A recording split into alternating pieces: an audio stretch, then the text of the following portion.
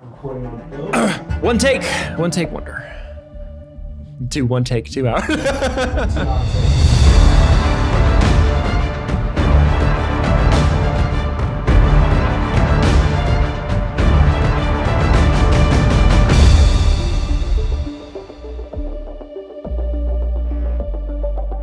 As just about every person who gets a new piece of equipment finds out pretty quickly, tech is confusing, almost to maddening levels. Figuring out the ins and outs of a new device can make you feel like you're an unsuspecting victim trying to figure out the Rubik's Cube blindfolded. There is no exception to this when it comes to the Blackmagic Pocket Cinema camera. With so many buttons, toggles, settings, and ports, it can be hard to figure out how many of the functions your device may have, especially for new or inexperienced users. Today, I'll be going over all the settings, buttons, and operations on the Pocket 4K. This will essentially be my own condensed version of an online manual, specifically for the 4K version. So if you've been looking for a quick video reference guide for the overall operation of your camera, or you're studying up to figure out if the Pocket 4K is the right camera for you, then today is your lucky day.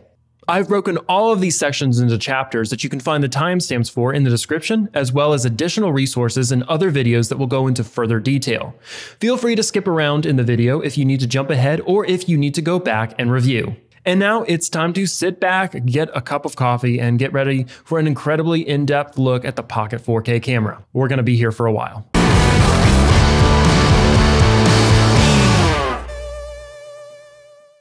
Before we begin, please be sure to subscribe to our YouTube channel to keep up to date with all of our content. And of course, we'd love to hear from you in this video. So feel free, if you have any questions during this, to comment below and we'll do the best to get to your questions.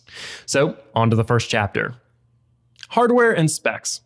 In this first section, I thought it would be best to cover some of the hardware and specifications for the Pocket 4K. I'm going to be taking a look at the camera's construction, plus some of the features and functions. I'm also going to be going over the camera's media storage and power options, so let's quickly jump in. Build and ergonomics. Starting in the most obvious place, let's take a look at the build of the camera. Included in the box at purchase are the camera, a lens dust cap, a camera strap, a 30-watt power supply, along with a locking connector and international adapters, an LPE6 battery, a welcome booklet, and an activation key for Davinci Resolve Studio, the standard editing software. The dimensions of the Pocket 4K is 7 inches long by 3.8 inches high and 4 inches deep, weighing 1.98 pounds. Blackmagic Design took into account the bulkiness of this camera when compared to the previous Pocket Cinema camera and constructed it out of a polycarbonate carbon fiber composite. This makes the camera more lightweight and easier to handle relative to its size.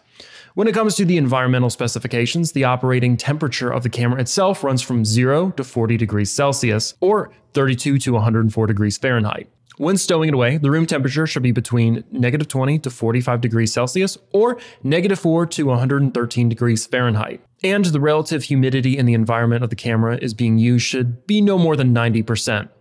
And as we've seen many times on Facebook and other social media accounts, there are a lot of users that have problems with mold growing inside the IR cut filter and sensor, and that's something we'll get to later on. When it comes to ergonomics, Blackmagic added a hand grip, which is located on the right-hand side of the camera. If you're looking at the touchscreen, something that was unavailable on the old Blackmagic Pocket Cinema camera, this helps you with holding the camera one-handed if that's a need of yours, plus immediate access to the record and still buttons. The grip is also covered in buttons that give immediate access to a lot of standard settings and functions, and we'll be getting more into detail about those later. If you're more of a two-handed camera person and find yourself needing more places to hold the camera, Blackmagic does sell a battery grip separately, which functions pretty much as it sounds, as an additional battery power supply and more gripping space.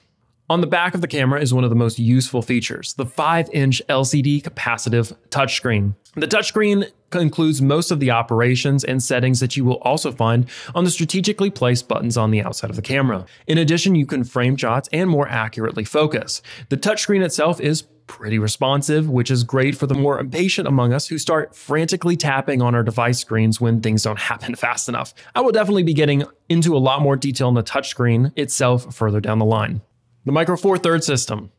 Being a mirrorless camera, the Pocket 4K utilizes a micro four thirds system, which allows for your interchanging lenses. The 4/3 parts refers to the aspect ratio of the sensor 4:3. The sensor itself is smaller in this camera than most DSLR and mirrorless cameras, which gives it a crop factor of ×2. So if, for instance, you attach a 12mm lens to this camera, it's going to act like a 24mm lens. And like any aspect of tech, there are advantages and disadvantages to the micro four thirds system. And let's list them off quickly for you. The advantages for these systems is the lenses you will be using are going to be half the size of the standard lenses you use, so your setup will be smaller and lighter. And the crop factor means longer focal length, which means you won't have to buy massive lenses to get a longer focal distance. So if you wanted to film something farther away and you didn't want to have to buy a 400mm lens to get it, you could actually buy a 200mm lens, which would act as a 400mm lens. So it's something to think about when buying this camera. With how the sensor is designed, the diameter of the lens mount actually can exceed the size of the sensor. And this leads to something interesting, what is called telecentric optical path. Put more simply, the light hitting the sensor now comes at a more perpendicular angle, leading to sharper and clearer images in the corners of your footage, which is an advantage over DSLR and full frame sensors. Now let's get to the disadvantages. You need to plan to focus as much as needed because this sensor can lead to bad autofocus. Sensitivity also goes down in low light, leading to poor performance in darker shots, though there are some ways around that and we'll get to that later on in this video. Doubled aperture, which leads to less depth of field and less bokeh in your footage. So if you have a lens with a set aperture of f2, this means you'll actually have an aperture at f4. And there are a bunch of other variations and things that happen with the micro four thirds system, and I've included a link to another video that goes more in depth on this system below. Next, let's move on to the frame rate and resolution. Now I'm going to quickly run through the different resolutions and their associated maximum frame rates. And it's important to note here that the max frame rate may be different for each resolution and codec due to the sensor scan. There are lots of numbers coming your way for this, so pay close attention. At 4K DCI, it has a resolution of 4096 by 2160. All four codecs, Blackmagic RAW, ProRes 422, and ProRes 422 HQ, LT, and Proxy run a full sensor scan, giving a max frame rate of 60. Next, we have 4K at a 2:1 ratio, and that has a resolution of 4096 by 1720. The only codec you can use here is the Blackmagic RAW, which has a window sensor scan and max frame rate of 75 frames per second. Ultra HD has a resolution of 3840 by 2160, and all four codecs can be used with a window sensor scan, giving all max frame rates of 60. 2.8K anamorphic has a resolution of 2880 by 2160. The only codec that can be used is the Blackmagic RAW with a window sensor scan, and the max frame rate for this is 80 frames per second. Next, 2.6K at a 16:9 ratio has a resolution of 2688 by 1512. And once again, you can only use Blackmagic RAW here with a window sensor scan. The max frame rate is 120, and this is the only one optimized for use with super 16mm lenses and high frame rates. Now we're going to move on to HD. The trickiest of them all has a resolution of 1920 by 1080. The only time you can use any of the codecs is with the window sensor scan, giving a max frame rate of 120 frames per second. Beyond that, you can only use the four ProRes codecs either with a scaled from full sensor scan with a max frame rate of 60 frames per second, or scaled from 2.6K with a max frame rate of 120 frames per second. Next, storage. With the Pocket 4K, you can use three different types of storage for your footage: SD cards, CFast cards, and solid-state drives, or SSDs for short. First, we'll talk about the SD cards. The Pocket 4K uses both UHS-1 and UHS-2 type SD cards. While UHS-1 allows for storing all compressed video formats in HD, the UHS-2 allows you to record Blackmagic RAW as well as Ultra HD content in ProRes. The trade-off here is that UH2 SD cards can be a bit more expensive than UHS-1. The SD format is probably the most common of the ones that you can use and definitely the most affordable. If you're recording for long durations and/or don't require high resolution files, then these may work best. They're also very handy for storing and loading LUTs and presets. Blackmagic suggests that if you're shooting in 4K DCI or Ultra HD, to use the UHS-2 cards and use the UHS-1 cards for all other HD purposes. Speed matters here, so the faster the speeds on the card, the better. A very important thing to note here is that if you're looking for high resolutions and high frame rates while recording with high bit rates, SD cards really might not be the best choice for storage, since the speeds and capacities that are available here are not right for those situations. CFast. This storage style comes standard for the Pocket 4K as well. The CFast 2.0 cards can support higher data rates, making them great for recording 4K and HD with high frame rates. A bunch of functionality of CFast cards is pretty similar to SD cards, so there's a small learning curve there.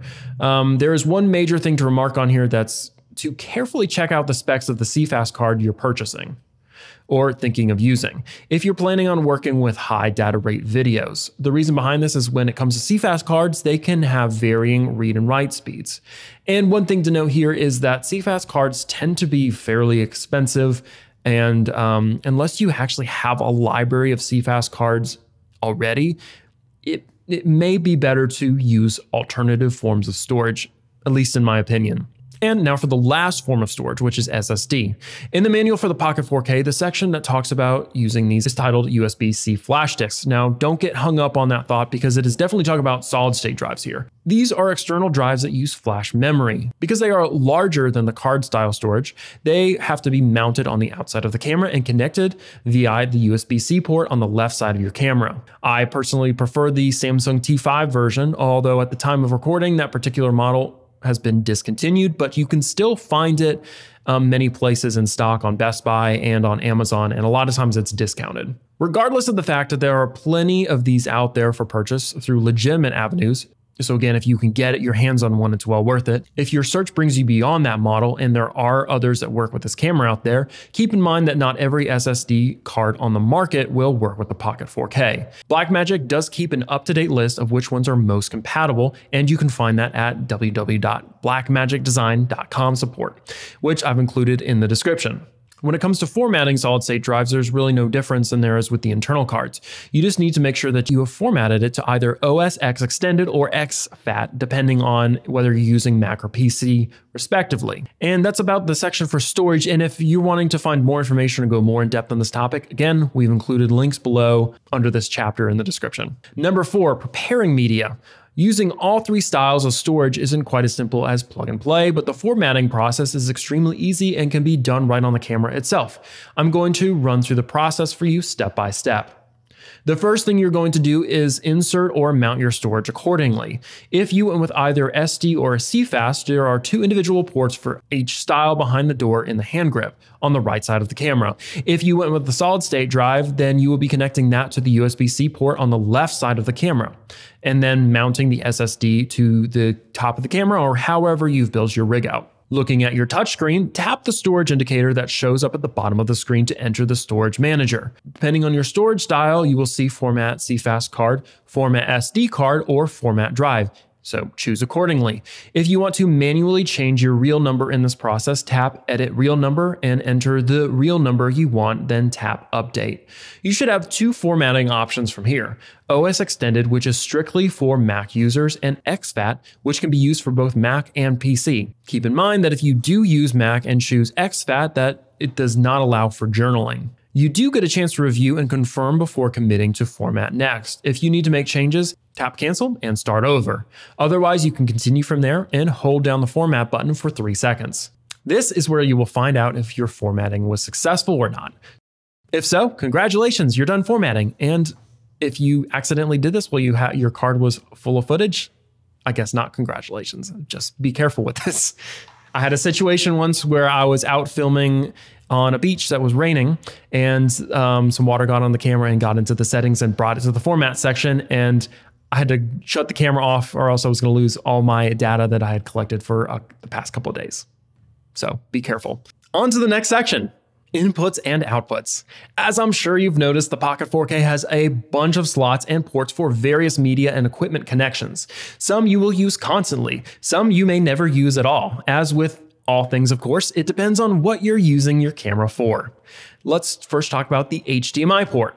The Pocket 4K has a full-size HDMI port that supports 10-bit 422 1080p HD video. It also has support for HDR and 2 channels of embedded audio. The most common thing that people use the HDMI port for is to connect to an external monitor. You can use the touchscreen as your monitor, but the screen already has so many functions going on, most users don't like using it that way anyways. Another pretty common use is to attach an ATEM mini switcher. This gives you more remote functionality when it comes to recording and settings adjustment. I'd be remiss to not include some information here regarding a common problem that users have experienced with this port, and that's HDMI burnout. This is pretty much exactly as it sounds. The HDMI port on the camera can literally burn out. This is caused by such things as using one power source for both your camera and external monitor, or just even using cheap aftermarket HDMI cords or power cords. The good news is that HDMI burnout does not brick your whole camera, it just renders the port itself useless. But in saying that, I have seen cases where an entire camera's board can be fried and you have to send it in for replacement.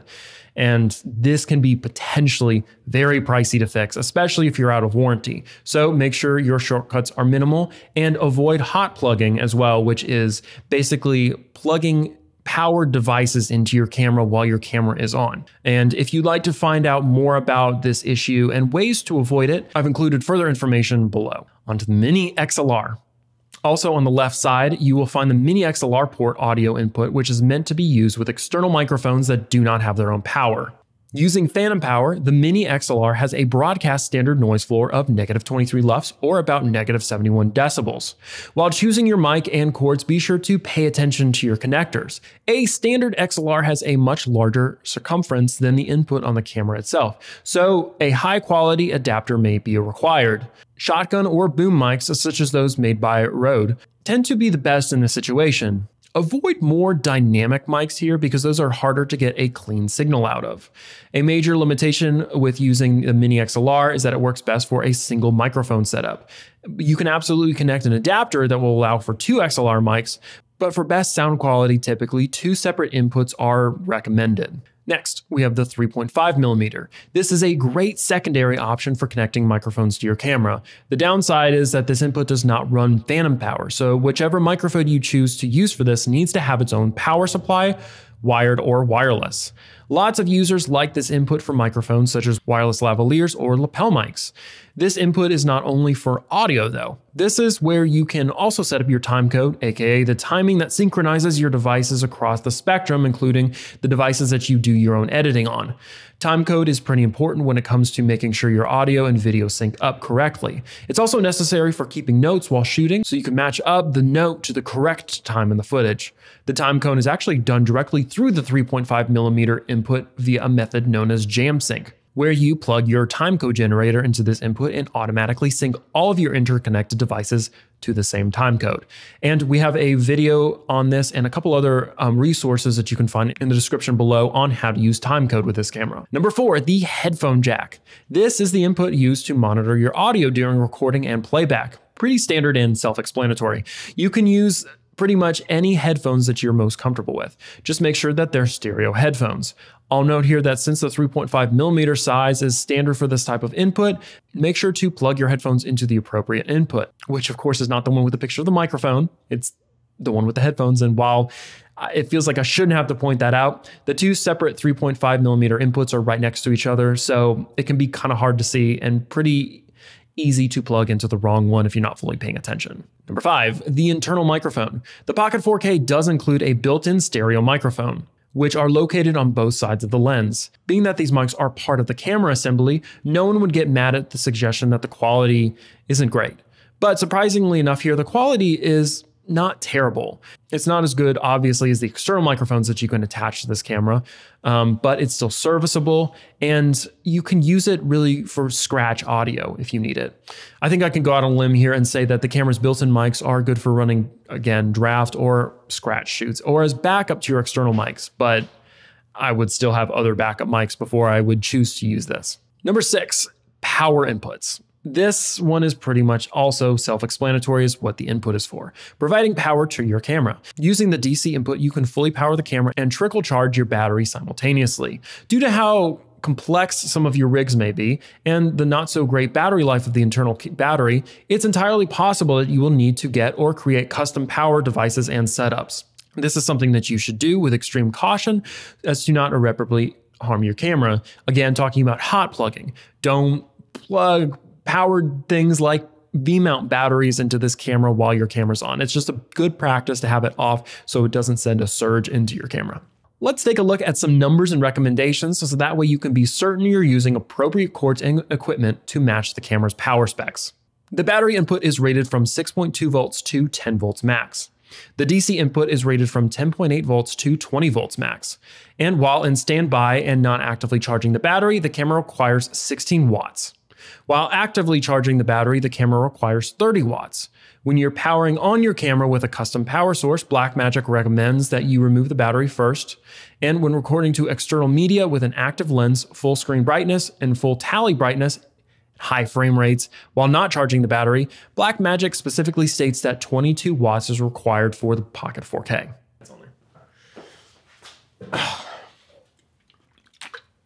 Okay, USB-C. As I talked about before in the section about storage, the main duty of the USB-C port is for connecting an external solid-state drive. There are a couple of additional uses for this input that are easy to overlook but can be very useful. One of these cool sub-uses is while your camera is powered off, you can actually use this input to recharge the battery from an external power source such as a battery pack. More important than that though is that your input is used to update your camera software when required. So just connect your camera to your computer via the USB-C input and run your camera's update application. Number 8, internal batteries. The Pocket 4K's internal battery is a Canon LPE6 and as briefly mentioned before in the power input section, it's not the greatest. It's actually completely awful and they probably shouldn't even use this battery for this camera, but that's besides the point and they fixed that in later versions. But as far as the battery life is concerned, in my personal experience, this battery life, it sits around 20 minutes, maybe. I have had it several times where it's fully charged and it dies within 10 minutes. It really depends on how much stuff you're powering through it and what settings you're using in your cameras. And I've seen some people out there that have been able to squeeze up to 40 minutes out of the camera. I have no idea how they've done this other than just like taking out any feature available on this camera to reduce power. I'm going to assume that in most situations, most people are going to experience the same problem I've had when working on smaller shoots, which is there's just not enough battery life from the internal battery itself.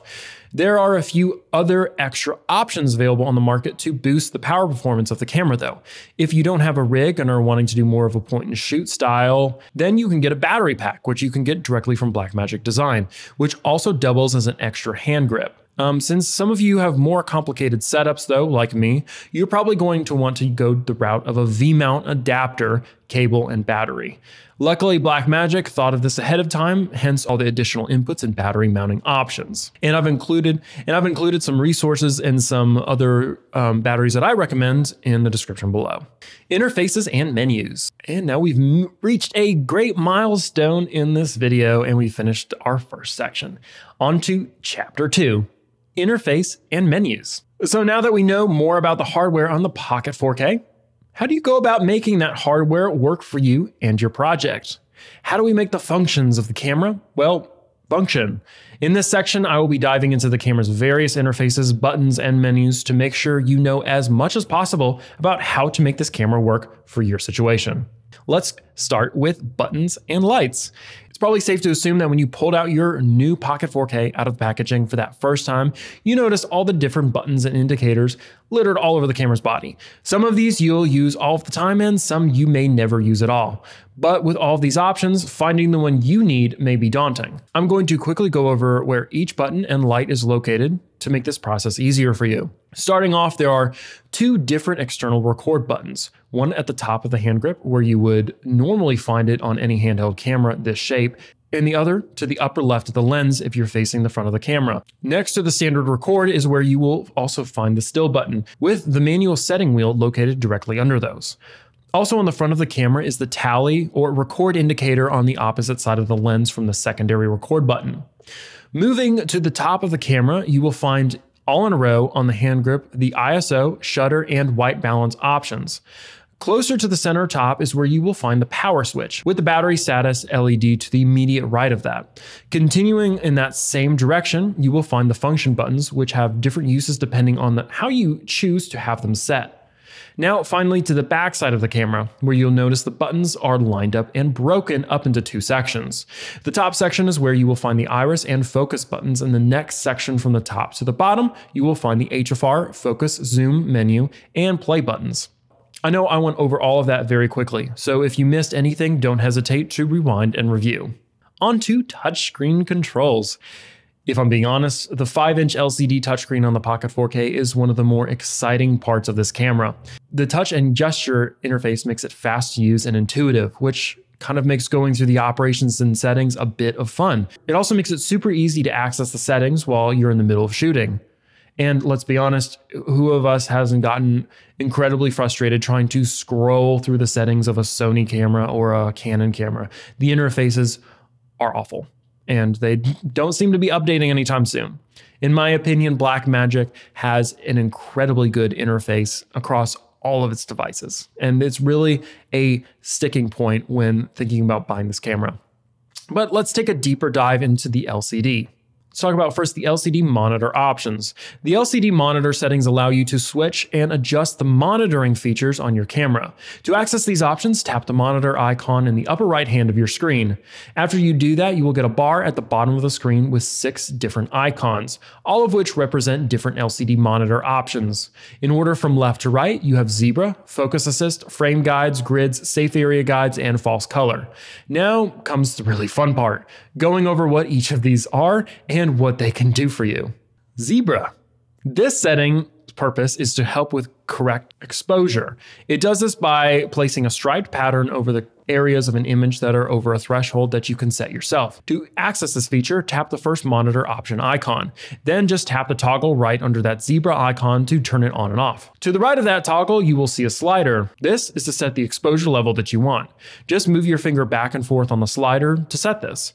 Your exposure level can be set anywhere from 75% to 100% in 5% increments. Focus Assist. Focus Assist has 3 separate settings, low, medium, and high. The level that you will need this set at will depend on what you're shooting. For example, when shooting people, you may have Focus Assist set to high to help smooth out the edges of their faces. Another great example is shooting foliage. Unless you're doing close-in shots of a single leaf, setting your Focus Assist to low will possibly work best.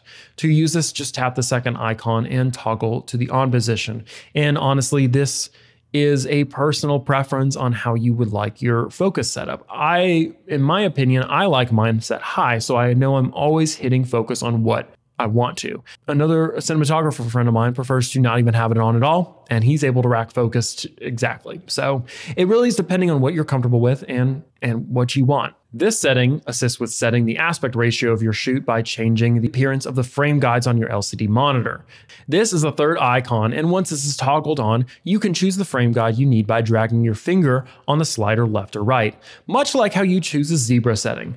Since there are many more options for frame guides than other LCD monitor settings, I'm going to list them off and give a simple explanation to you as to what they are. 2:35:1 or 2.39:1 and 2:40:1 are broad widescreen aspect ratios mainly compatible with anamorphic or flat widescreen cinema. 2:1 is an aspect ratio slightly wider than 16:9, but less than 2:35:1. 1:85:1, which is a common flat widescreen aspect ratio wider than HDTV, 1:78:1, but not as wide as 2:39:1. 16:9 shows a 1:78:1 ratio that's compatible with 16:9 TVs and monitors. This is mainly used for HD broadcasting, online videos, and more recently Ultra HD broadcasting. 14:9 is mostly used by TV broadcasts so that this aspect ratio can display on both 16:9 and 4:3 televisions. 4:3 is the ratio most compatible for SD televisions and also helps frame while using 2x anamorphic adapters.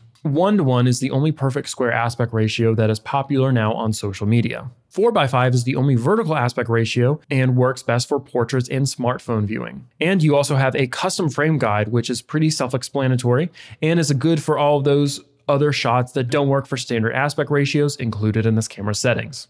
Grids. These are overlays that assist with image composition. This is the 4th icon on the camera's LCD. When toggled on the LCD, it can show a rule of thirds grid, horizon, crosshairs, or a dot. In the third settings, the display shows a grid consisting of 2 perpendicular lines in each third of the image. Not only does this help you compose your shots, but thirds also help you maintain a consistent framing from shot to shot. When in horizon, the meter tells you whether your camera is rolled left or right and tilted up or down. This is useful for balancing the camera tilt while on a gimbal. It's also helpful to make sure that your shooting horizon is level while doing handheld shots. Crosshair has similar functionality to thirds in that it helps with shot composition and also helps if you need to center a subject in the frame. The difference between this and thirds is that crosshairs only have two lines that intersect in the middle of the screen. The dot helps you to center your shot on a subject much in the same way as crosshair. The main difference here is right in the name. Instead of two lines that intersect, a dot is placed in the center of the frame. Safe area guides. This is used to help frame your shots by keeping the most important parts of your shot inside of a safe area. This is best used for broadcast production as it can keep you from having important items in your shot cropped out for television. Safe area guides also leave space for things like news tickers and banners to appear without blocking important items or people. Another great use for this is to assist with framing during shooting so you know what will be visible after the shot is stabilized in post-production. Once toggled on after tapping on the fifth icon, you can set up your safe area guides by either using the now familiar slide bar, or you can use the arrows that appear on either side of the shown percentage to get a more accurate framing. False color. This is the sixth and last icon for these particular LCD monitor settings and toggles on the same as the other five. What false color does is it overlays different colors into your image. These colors represent exposure values for the different elements in your image. Different colors represent different exposure elements that you may need to pay attention to while shooting, since they tell you different things about your shot. Blues and purples can tell you if you have a loss of detail, while yellow and red indicate places of overexposure. Gray, pink, and green show the areas where the exposure is the best. When using false color, it can look a little like you're shooting a Predator movie, but don't freak out when you see this. This will not be baked into your footage. And if you're wanting to find out more about how false color works and how to use it to properly expose your shots while filming, you can check out the link we've provided in the description below. In Blackmagic's new 7.3 update, they added a false color guide display. Now, when you open up your false color, on the left of the screen, you will now see a guide to show you what each of the colors indicate. This is great for new users and honestly a little late on Blackmagic's part because most of us have already figured out the false color at this point. But it's an update that we feel probably could have happened a while ago, so good to see on here. Frames per second. Located in the upper right-hand corner of your touchscreen to the right of the monitor icon is where you see the frames per second setting. Once you tap on the spot, you can change both the project and sensor frame rates using the all too familiar slider again that appears at the bottom of the screen or left-right arrows that appear on either side of the frame rate counter. If you're unfamiliar, the project frame rate is the Pocket 4K's frame rate while recording and should be set to match your post-production workflow. The sensor frame rate sets how many frames from the sensor are recorded by the second and affects how fast or slow your playback will be with the project frame rate you have already set. To get natural playback speed, your sensor and project frame rates are matched by default. Sometimes you will need to set your sensor frame rate independently though. This is where off-speed frame rate comes into play. To turn this off and on, just use the toggle that appears in the lower left-hand corner while the FPS menu is visible. This setting can give you some interesting effects, which are useful depending on the type of project you have. Keep in mind that by using off-speed frame rates, your audio and video will go out of sync. Basically, in a nutshell, this helps you if you want to film slow motion at 60 frames per second, but don't want to have to convert it down to your project frame rate, whichever that could be. It could be 24 frames per second or 30 frames per second. The camera will automatically film in 60 frames per second, but convert it down to your project rate, resulting in either sped up footage or slow motion footage based on your project. And if you want to learn how to properly set this and use this, I've included, again, links in the description below that you can check out if you want to go into more detail on how to use this in this camera. The shutter. The shutter is what allows light to come through your camera lens at a particular interval. In order to change your shutter settings, just tap on the shutter indicator, which is located directly to the right of the FPS indicator. In these settings, you can manipulate both shutter speed and shutter angle. The shutter speed determines how long your shutter remains open to accept light into the lens, and this should be adjusted to match your frame rate appropriately using the rule of 180, aka having the shutter speed double your frame rate. For example, if you're recording at 24 frames per second, then your shutter speed should be 1/48 of a second. The shutter angle is more or less the same as shutter speed, it just is presented differently. And we do this because is generally accepted as the most cinematic way to film because it's closest to how the human eye sees the world as far as motion blur. And there's some other ways you can do it, and you can break this rule, of course, but this is generally the way you want to do it. Now, the shutter angle is more or less the same as shutter speed, it's just presented differently. The example I used and loved in my more focused video on the subject was to think of it in the same way you would think of the difference between the metric and imperial system of measurement. The real big difference between the two is that when you use shutter speed and are shooting at varying frame rates, you have to actually manually change the speed for each frame rate when you change it. In the shutter angle, it does it automatically for you. So if your project is more run and gun, shutter angle may be best for you. Typically, when using shutter angle, you'll want to use 180 degrees, as 180 degrees will always keep your shutter speed at double the frame rate. And again, if you want to learn more about this and go in depth about what exactly the difference between shutter angle and shutter speed is with a more complex explanation of it, feel free to visit the video in the description below. There are also 3 shutter-based auto exposure modes. Shutter does an auto adjust on the shutter values in order to maintain constant exposure while keeping the iris aperture consistent. This is perfect for those of you looking to maintain a fixed depth of field. Shutter plus iris is what maintains correct exposure levels by adjusting the shutter first and then the aperture. This is great if you want to reach the minimum or maximum shutter values but still can't maintain exposure because it adjusts the aperture to keep the exposure consistent. Iris plus shutter is pretty much the reverse. It adjusts the aperture and then the shutter value. Then if you reach the minimum or maximum aperture and still can't maintain your exposure, the shutter value is what gets adjusted to keep the exposure consistent. The iris. The iris setting is used to change the aperture of your attached compatible lens. In this setting, you can also configure the iris-based auto exposure modes. To access the iris settings, you can use the iris button located on the body of the Pocket 4K, or by tapping on the iris indicator, which is located on the touchscreen directly to the right of the shutter indicator. Just like with the shutter settings, there are 3 automatic settings to choose from. The iris setting maintains constant exposure while keeping the shutter angle consistent by auto-adjusting the aperture. This is great for keeping motion blur unaffected. Just keep in mind it can also affect your depth of field. Iris plus shutter will maintain the correct exposure levels by adjusting the aperture first, then your shutter value. If you reach the minimum or maximum aperture but can't maintain exposure, the shutter value gets adjusted automatically to keep, again, exposure consistent. Shutter plus iris will maintain correct exposure levels by adjusting the shutter value first, then the aperture. If you reach the minimum or maximum shutter value but again can't maintain exposure, the aperture gets adjusted automatically to keep the exposure consistent. Duration display. I'm really excited to talk about duration display. The duration display gives you a timecode counter for the purpose of not only monitoring the timecode during recording and playback, but also checking the duration of your individual clips. Duration display, along with all of the other timecodes, is at the middle top of your touchscreen and shows as a time sequence in the format of hours, minutes, seconds, frames. For a quick review, the timecode can be used for a device time sync, faster editing, and note-taking. And you can switch back and forth between the time of day timecode and clip duration by just tapping on your touchscreen where the timecode is displayed. Available as separate purchase device from Blackmagic Design is the ATEM Mini, which is a multi-function switcher that gives you a load of different broadcasting and production options for multi-camera and more complicated equipment setups. For this particular setting, the ATEM Mini auto-syncs the timecode on your cameras, removing a lot of the guesswork from the process. Depending on what settings you're using, you may only have 1 or 4 possible indicators next to the duration display. If you have a W to the left of the duration display, then your camera is using a windowed sensor mode. TC will appear to the right if showing the regular timecode. If you're connecting an external device via the 3.5mm jack on the timecode, then EXT appears next to the right.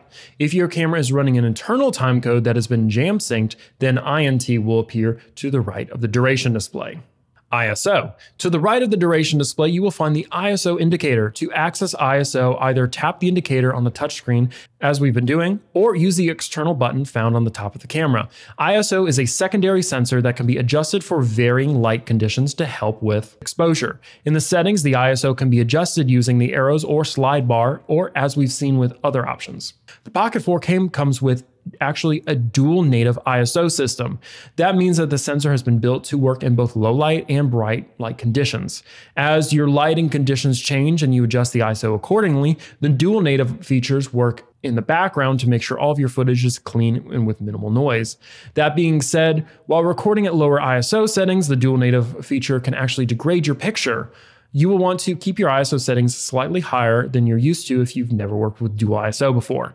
And there's a lot of differences between your native ISO at 400 ISO and 3200 ISO. And this is where I'd usually recommend for people to keep your camera settings at and venture beyond that as you go. Now, it's interesting here that as changing each ISO value, you're actually changing some of the dynamic range and where it doesn't add dynamic range, but it shifts where it's located based on this chart. And as you can see on this chart on the screen, it's something to keep in mind as you're changing your ISO levels. And this is something that we go into much greater detail in a video that we did in the past. And I've included a link to that below. And to be honest, this is something that I highly recommend that you go into detail and really understand how dual native ISO works with your image and how it changes when you change from one to the other and which situations the ISO works better in.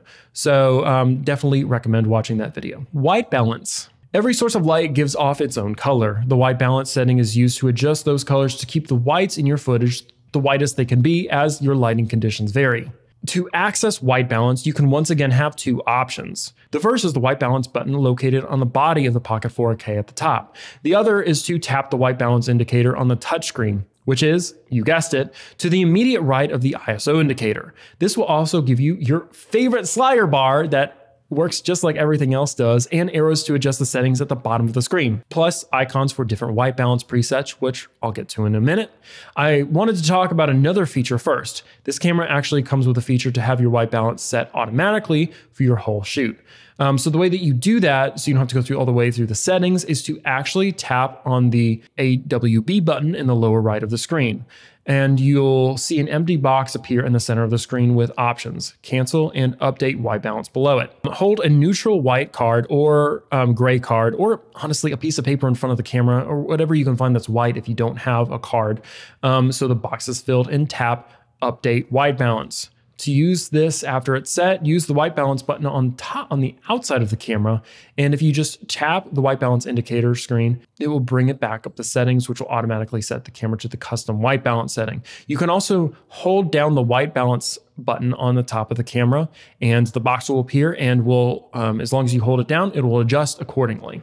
If you want to eliminate some guesswork, there are 5 white balance presets that you can choose from depending on your lighting conditions. Each preset is represented by an individual icon in the settings screen, as I mentioned before. I'll go over each of these from left to right. First is bright sunlight, which has a setting of 5600K. Then there is an incandescent bulb, which sits at 3200K. Next is fluorescent bulbs at 4000K, followed by mixed light at 4500K. And lastly, there is a cloud setting, which has a setting of 6500K. I also want to point out to you the number and arrows set to the right of the slide bar. This is the tint setting and has a range of -50 to +50. The purpose of this tint is really just to dial in the perfect color balance of the image when it comes to magentas and the greens. Power. The very last icon all the way to the far right of that top row on the touchscreen is your camera's power indicator. It looks simple, just like what you would probably see in your smartphone, but it can display several different states and other information depending on your power situation. AC means your power is plugged into its main power source. AC charging means your camera is plugged into a main power source and simultaneously charging an external battery, such as the Blackmagic battery grip. Percentage will show when your camera is running strictly off an external battery. The indicator will turn red at 20% or lower. Battery bars is the indicator for your internal battery when it's not plugged in. This will also turn red at 20% or lower. Battery grip bars show 2 stacked battery icons with their own individual charge. This one is only visible when you're using the Blackmagic battery grip.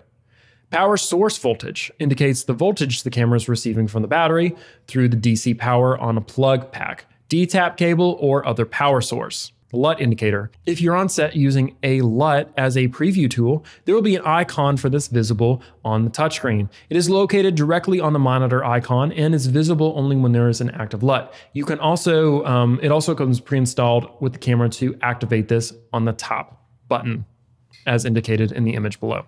Next, we're going to be talking about the histogram. The histogram is used to check clipping in the shadows and the highlights of your footage. The indicator for this is in the lower left of the touchscreen and looks like a horizontal scale.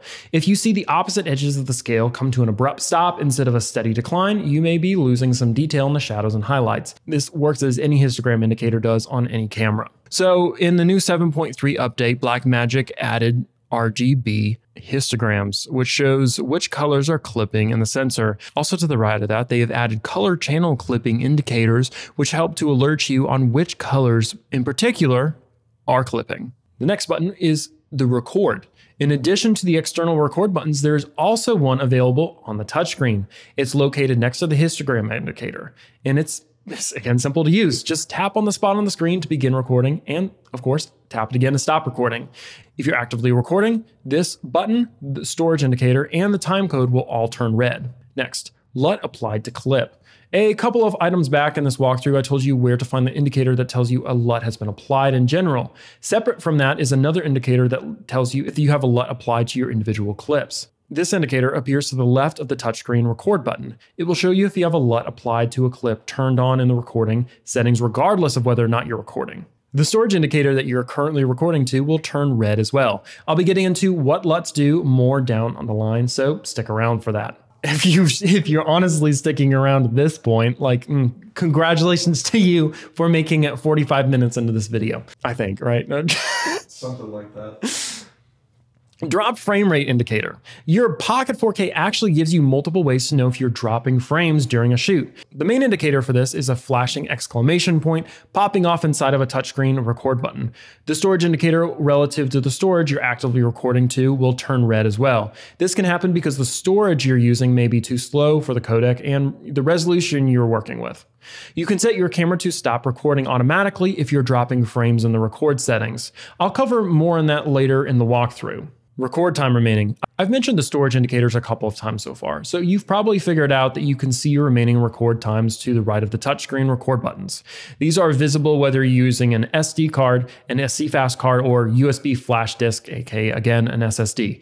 The remaining record time appears in minute increments and varies depending on what frame rate and codec you're using. It will do an auto recalculate if you adjust those settings. The text in the indicators turn red if you only have 5 minutes of storage left. Then starts blinking at the 2-minute warning.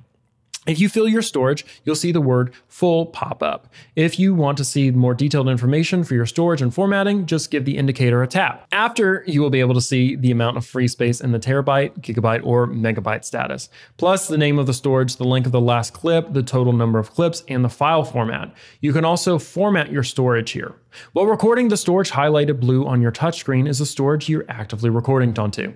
And funny enough, a lot of times I've had a bunch of clients and a lot of people watching me film, and it says no storage available. There's actually two separate things for solid state drives and CFast cards. So your solid state drive will show up as a separate card, and I've had many people on shoots freak out before. They're like, you don't have a card, it says no storage.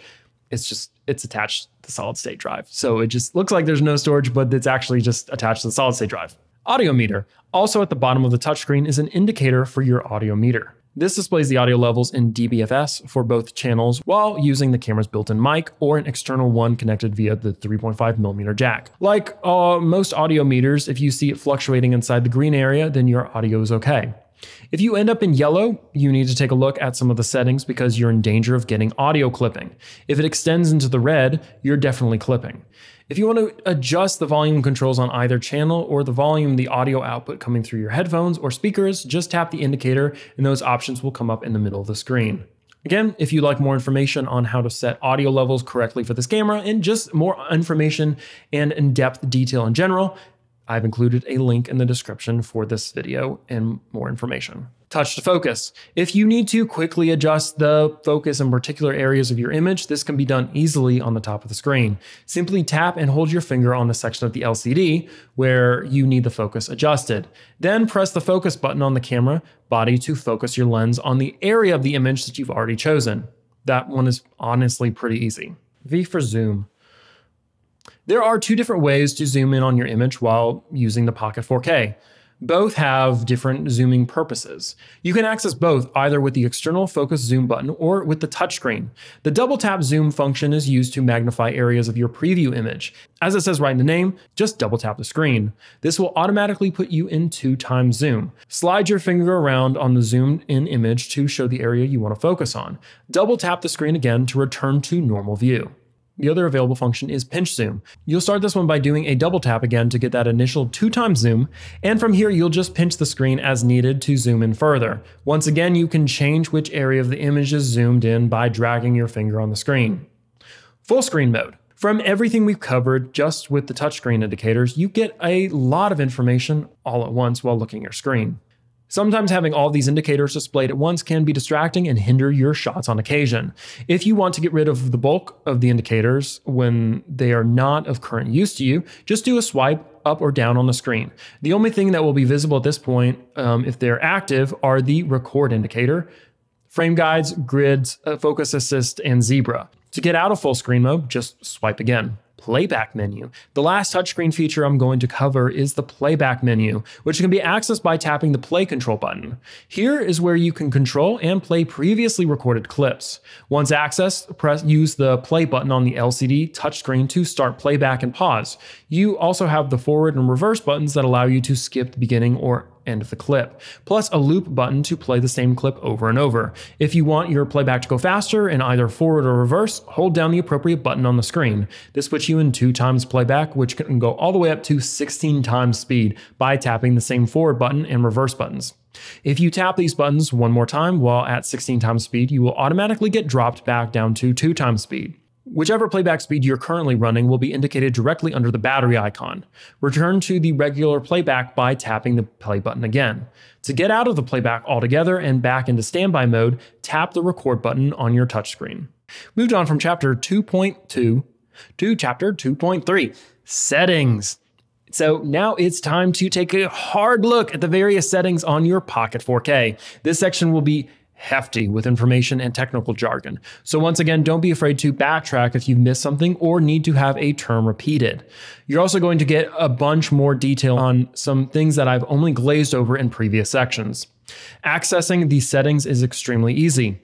Just press the menu button located on the rear of the camera. This will put you on the dashboard, which is the tabbed menu system for all of the settings and functions that can't be accessed via an indicator, an icon, or a button in the main view of the touchscreen. As you can see, there are 6 different setting options listed left to right across the top of the screen. Those are record, monitor, audio, setup, preset, and LUTs.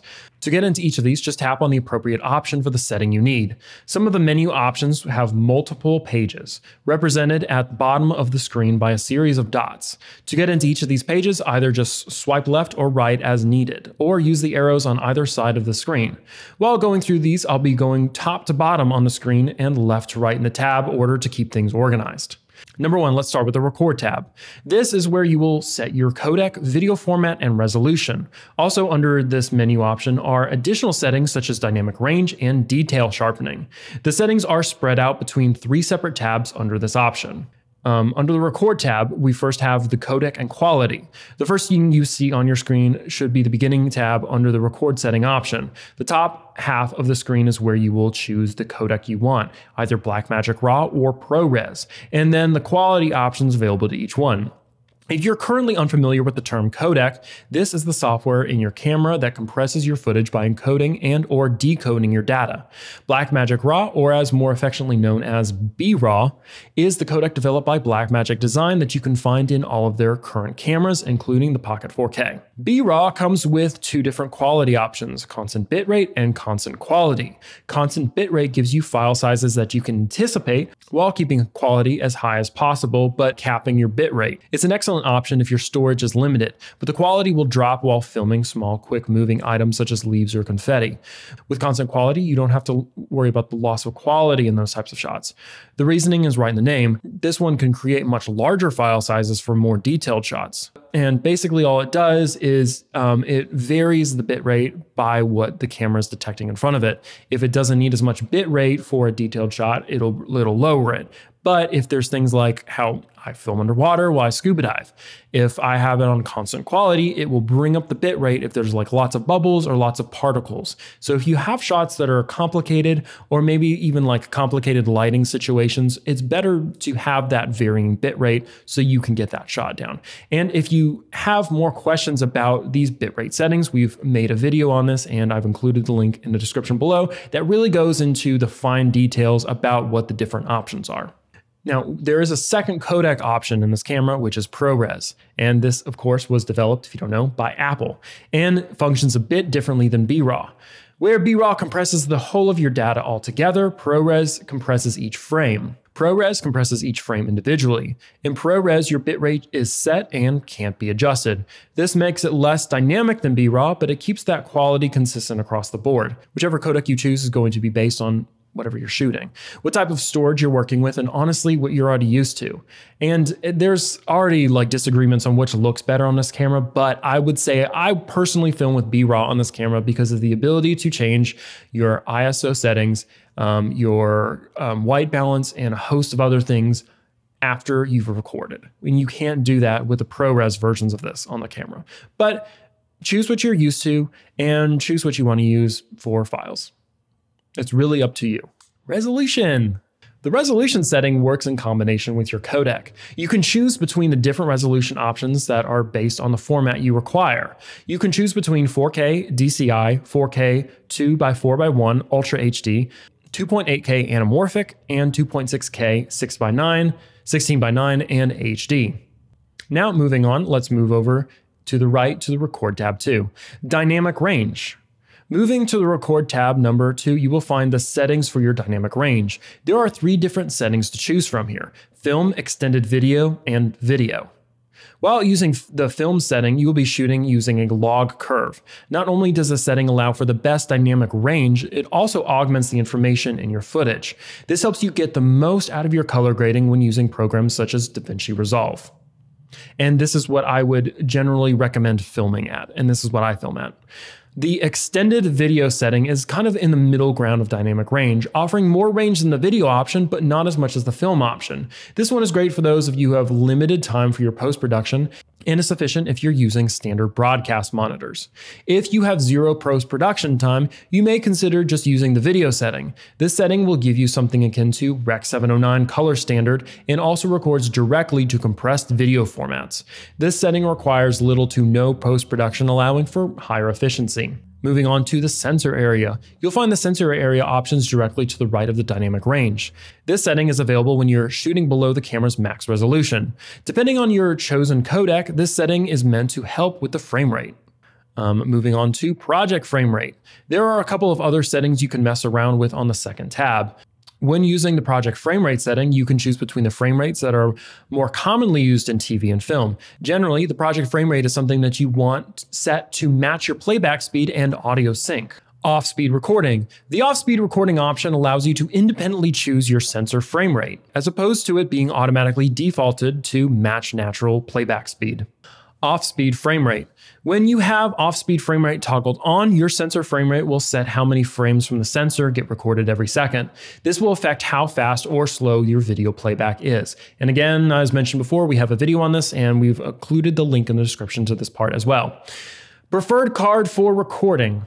If you have both an SD and CFast card loaded onto your Pocket 4K, the preferred card for recording setting allows you to dictate which one your footage saves to first. Stop record if a card drops frame rate. The last option of the Record tab 2 dictates how recording proceeds if you're dropping frames. When this is toggled on, your camera will stop recording if dropped frame rates are detected. If you set it to off, you'll continue recording regardless of dropped frames. This setting is great for saving time since it will help you not waste resources with unusable footage. Moving forward to Record tab 3, this is where you can toggle time-lapse on or off. Directly to the right of the toggle is where you will set your time-lapse intervals in frames, seconds, or minutes.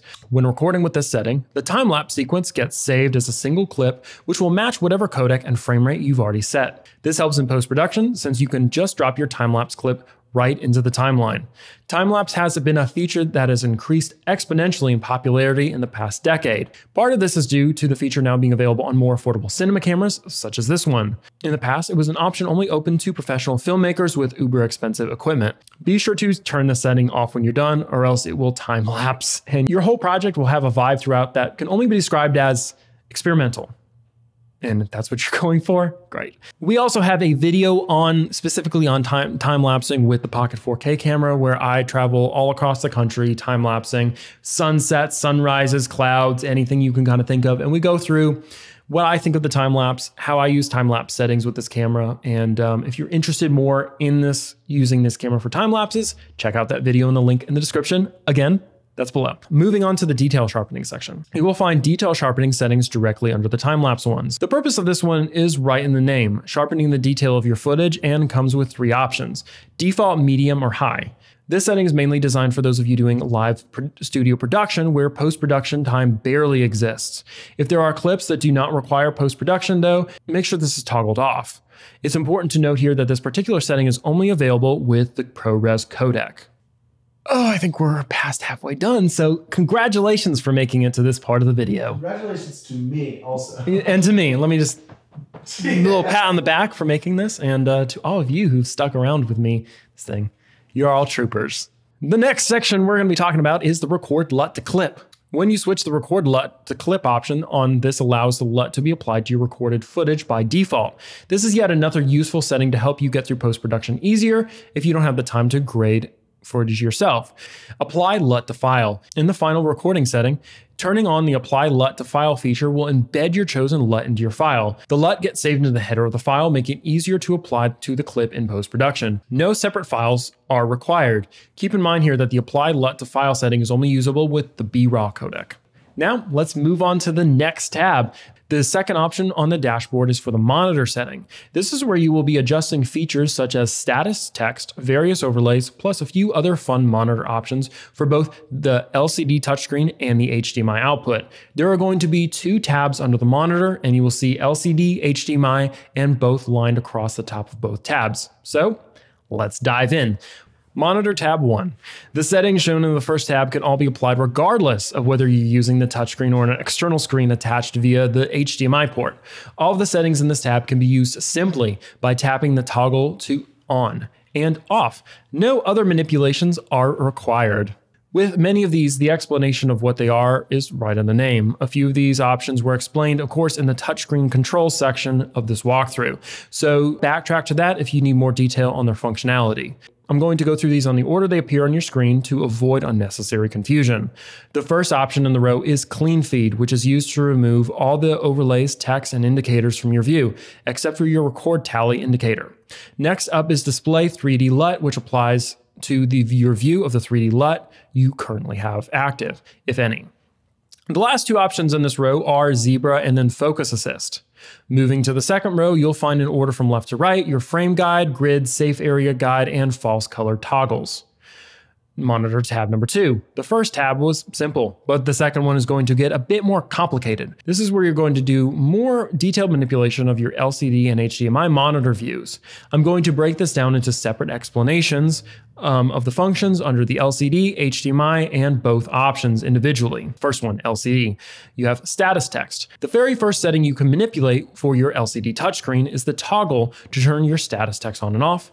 When the toggle is in the off position, your status text and meters will be invisible, making it easier for you to compose or direct your shot, like we discussed earlier. You will still be able to see your grids, guides, focus assists, and zebras if these are active. Display. To the right of that is where you can further customize a couple of your display options. More specifically, if you would rather see your codec and resolution information on the screen instead of the histogram and audio meter, this is where you would make that switch. Just tap on the meters or codec and resolution to switch back and forth. Screen brightness. The last item under the LCD is your screen brightness, represented by a slide bar, just like every other slide bar that we've encountered up to this point. Just drag your finger across to choose your screen's brightness. Not much more explanation is needed since the name of the setting is obviously pretty plain. Status text. We're gonna talk about this. Just like under the LCD option, the first setting is a toggle for the status text. The functionality of the setting is also exactly the same, so no need to reiterate what's been said multiple times. Display status for cinematographer or director. Next in line is the display status for HDMI use. There are two separate options that can be switched up based on who is using the monitor, the cinematographer or the director. The cinematographer view keeps visible the information most useful to a camera operator, such as aperture, white balance, and other such settings. The director view changes up the view to information that would be mostly useful to other production staff like directors or script supervisors. FPS shows what current frames per second selection is. Cam is what gives you the camera index set in your camera slate. There will be more on slates later. Operator shows who the camera operator is based on the metadata in your slate. Duration display shows the timing of your clip you're currently recording or the last clip recorded. Reel, scene, take shows exactly what it says. No more, no less. Dynamic range shows the currently applied LUT. If no LUT is being used, then you will see film or video dynamic ranges. Timecode shows the camera's timecode independent of the duration display. All right, both. This is where the monitor menu option can get a tad confusing. While the entire monitor option has 2 tabs full of settings, the both sub option also has 2 independent tabs. This is because while the LCD and HDMI settings were meant specifically for those individual outputs, both contains settings that apply to LCD and HDMI concurrently. Frame guides. The first setting that you see on the left side of the middle row is the frame guides. Refer back to the touchscreen section of this walkthrough for more details on how frame guides work. This box has 2 arrows on either side for you to cycle through this setting's options. Guide opacity. The guide opacity setting is next to the right and has the same type of arrows as the frame guides to help manipulate it. The purpose of this setting is to choose how opaque the areas outside of your frame guide parameters are. You can set the opacity to 25, 50, 75, or 100%. Next in line is Focus Assist, which gives you 2 settings to choose from. Peak sharpens the areas of the shot that are in focus and on screen, but not on the recorded image. This is a great option for making sure your focus is dialed in correctly. Visually, it will cause the parts of the shot that you're focused on to pop out, separating the subject from other elements in the shot.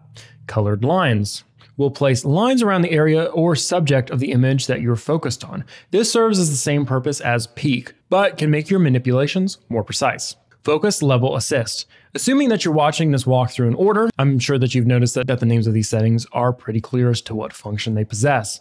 The focus assist level is no different. You get 3 different options to choose from here: low, medium, and high. The next setting is focus color, which is only used if you have the focus assist set to colored lines. All this option does is change the color of the lines to focus assist. You can choose between white, red, green, blue, and black by using the familiar arrows inside of the box.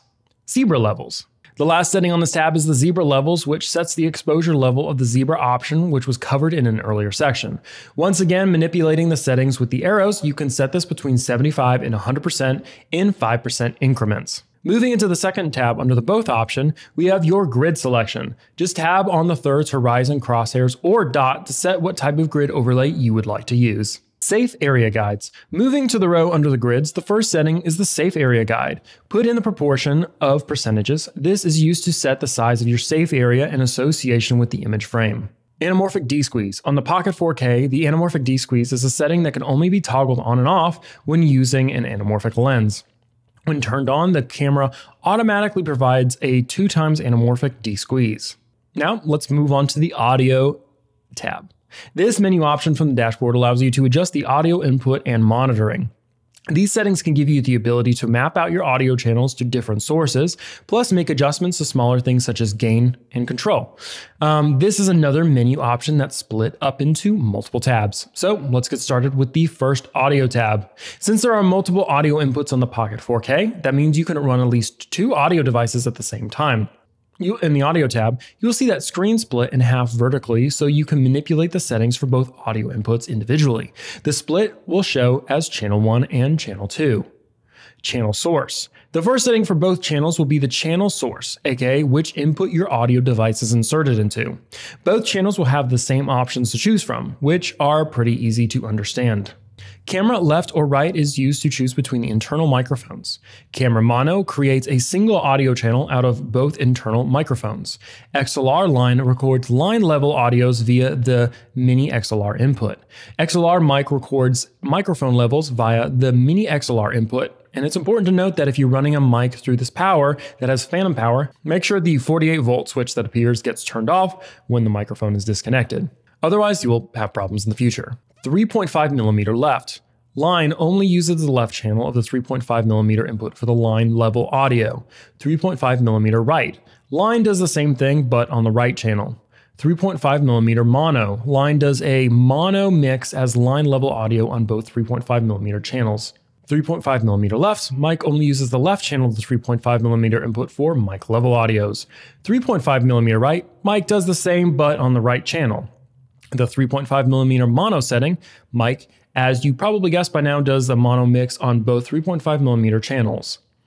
None completely disables that audio channel. Channel 1 and 2 level. The next channel settings allow you to manage the audio levels on each channel. This one is more visual and has the green, yellow, and red sections on the meter, not unlike the audio meter that appears on the main view of the touchscreen. As a matter of fact, it functions exactly the same, showing you when your audio is in danger of clipping. And again, if you'd like to see a video on the audio of the Blackmagic Pocket Cinema camera, we've included a link in the description below for more details. Channel 1 and 2 gain. Put very simply, this setting allows you to adjust the recording levels on both the channels using everyone's favorite slider bar. We've always used in this example. Let's move on to Audio tab 2. Headphone volume. Sliding over to the second audio tab in the first row, we find the headphone volume. Using the slide bar, you can adjust the output volume for the headphones you have inserted into the 3.5mm headphone jack. Next is speaker volume. Next on the right is the speaker volume. This slide bar is used to adjust the output volume of the Pocket 4K's built-in speaker. If you have an external speaker attached via the 3.5mm jack, then you will use the headphone volume setting to adjust that. Next is XLR phantom power. The toggle right under those volume controls is used to turn on XLR phantom power on and off. As I mentioned in previous sections, the Mini XLR input can provide phantom power to microphones that do not have their own power source. Just pay attention to your mic's power needs since the XLR provides only up to 48 volts. In addition to that, make sure that if you're connecting a mic that does not have its own power, to double check that the setting is off before connecting. Having phantom power on in the situation can possibly damage the microphone and your camera. Audio meters. The final audio setting is just for switching how high the peak level on your audio meters go. This isn't as dynamic as some of those other settings, but it doesn't need to be. You have two options to choose from, -20 dBFS and 18 dBFS. All right, let's move on to the fourth tab, the Setup tab. The fourth option in the dashboard is for your setup settings. This option has 5 tabs to run through and is the most sizable of all the options. This is because this is where the Blackmagic design put all of the settings that didn't make sense under the other headers. The miscellaneous settings, if you will. I'm going to keep this as organized as possible since I'm going to be kind of all over the place here. All right, for the first tab on Setup, date and time. This honestly is probably the most easy to explain. Just to set your camera's internal calendar to the current year, month, day, and time. This setting also assists with your camera's timecode if there is not an external timecode source connected. To adjust this, tap on the image of the pen and edit accordingly. Language. The language setting is another fairly simple one meant to set the camera's text and numbers to whichever language you're most comfortable reading and working with.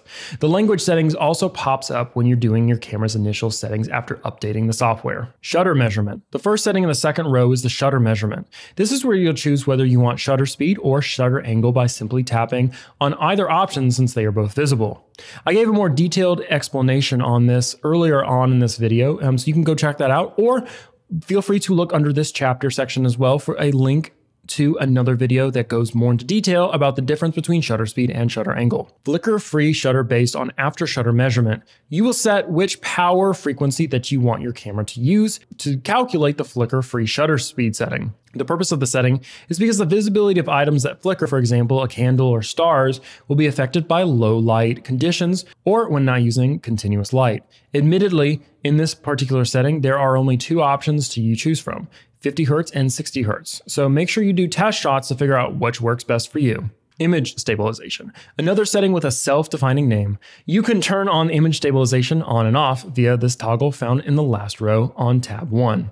Timecode drop frame. The last setting in this tab, first tab, is for the timecode drop frame, which is another on-off toggle. This setting is specifically used for when you're shooting using the National Television Standards Committee frame rates of 29.97 and 59.94 frames per second. While this setting is on a small number of frames, will be skipped in the timecode at set intervals. Since NTSC frame rates are somewhat different from standard, this will ensure that your project timecode stays correct and synced even though every second does not contain a whole number of frames. Function buttons. The second tab at first glance looks like all the other tabs in each dashboard option. A bunch of separate settings to manipulate for different reasons. This particular view is one big, more complicated settings with multiple facets. Starting, if you'll remember from when I went over the outside of the camera showing all of the buttons that are visible, there were 3 buttons on the top panel that didn't have automatic designations. These are the function buttons. This tab of the setup is where you will define which each of these buttons do. Each of these has 1, 2, or 3 dots to help you to differentiate between them, with the corresponding F1, F2, and F3 in the setting itself.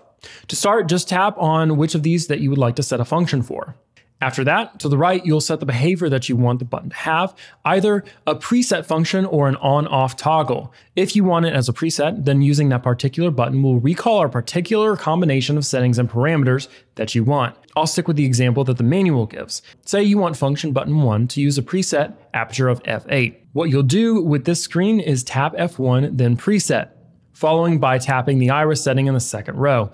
After you set the parameter, which is the first box in the third row, to F8 using the 2 arrows which appear in the box. Now you can use the first function button to apply and remove that setting automatically in your shot. If you decide you need one of the buttons to simply turn a function on or off, then you would use a toggle instead of a preset. In this mode, the middle row will be grayed out and instead you'll use the parameter box to set which function you want the buttons to have. The last section is where you would set whether you want the function to appear on your LCD or your external monitor attached via the HDMI input.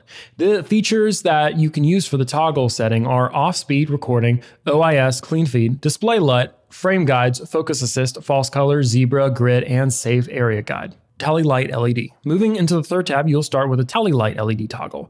This is a setting that you only need turned on when you're using the Pocket 4K in conjunction with the Blackmagic A10 Mini. When in use, this setting changes the color of the tally light in front of the upper right of the camera's front panel. Depending on how you're recording in this particular kind of setup, you'll get 3 different color indicators. Yellow is for when you're recording and the footage is going directly to your storage media, such as an SD card or SSD. Red tells you that you're live on air, and green is when you're about to go on air or standby. Next is LED brightness. Next to that, you can adjust the brightness of the tally LED by tapping low, medium, high, or as needed. Hardware and ID software. The first 2 boxes in the second row are less settings and more important pieces of information that you may need to find from time to time. The first is your hardware ID for your Pocket 4K. This is an 8-digit code that identifies your specific Blackmagic camera.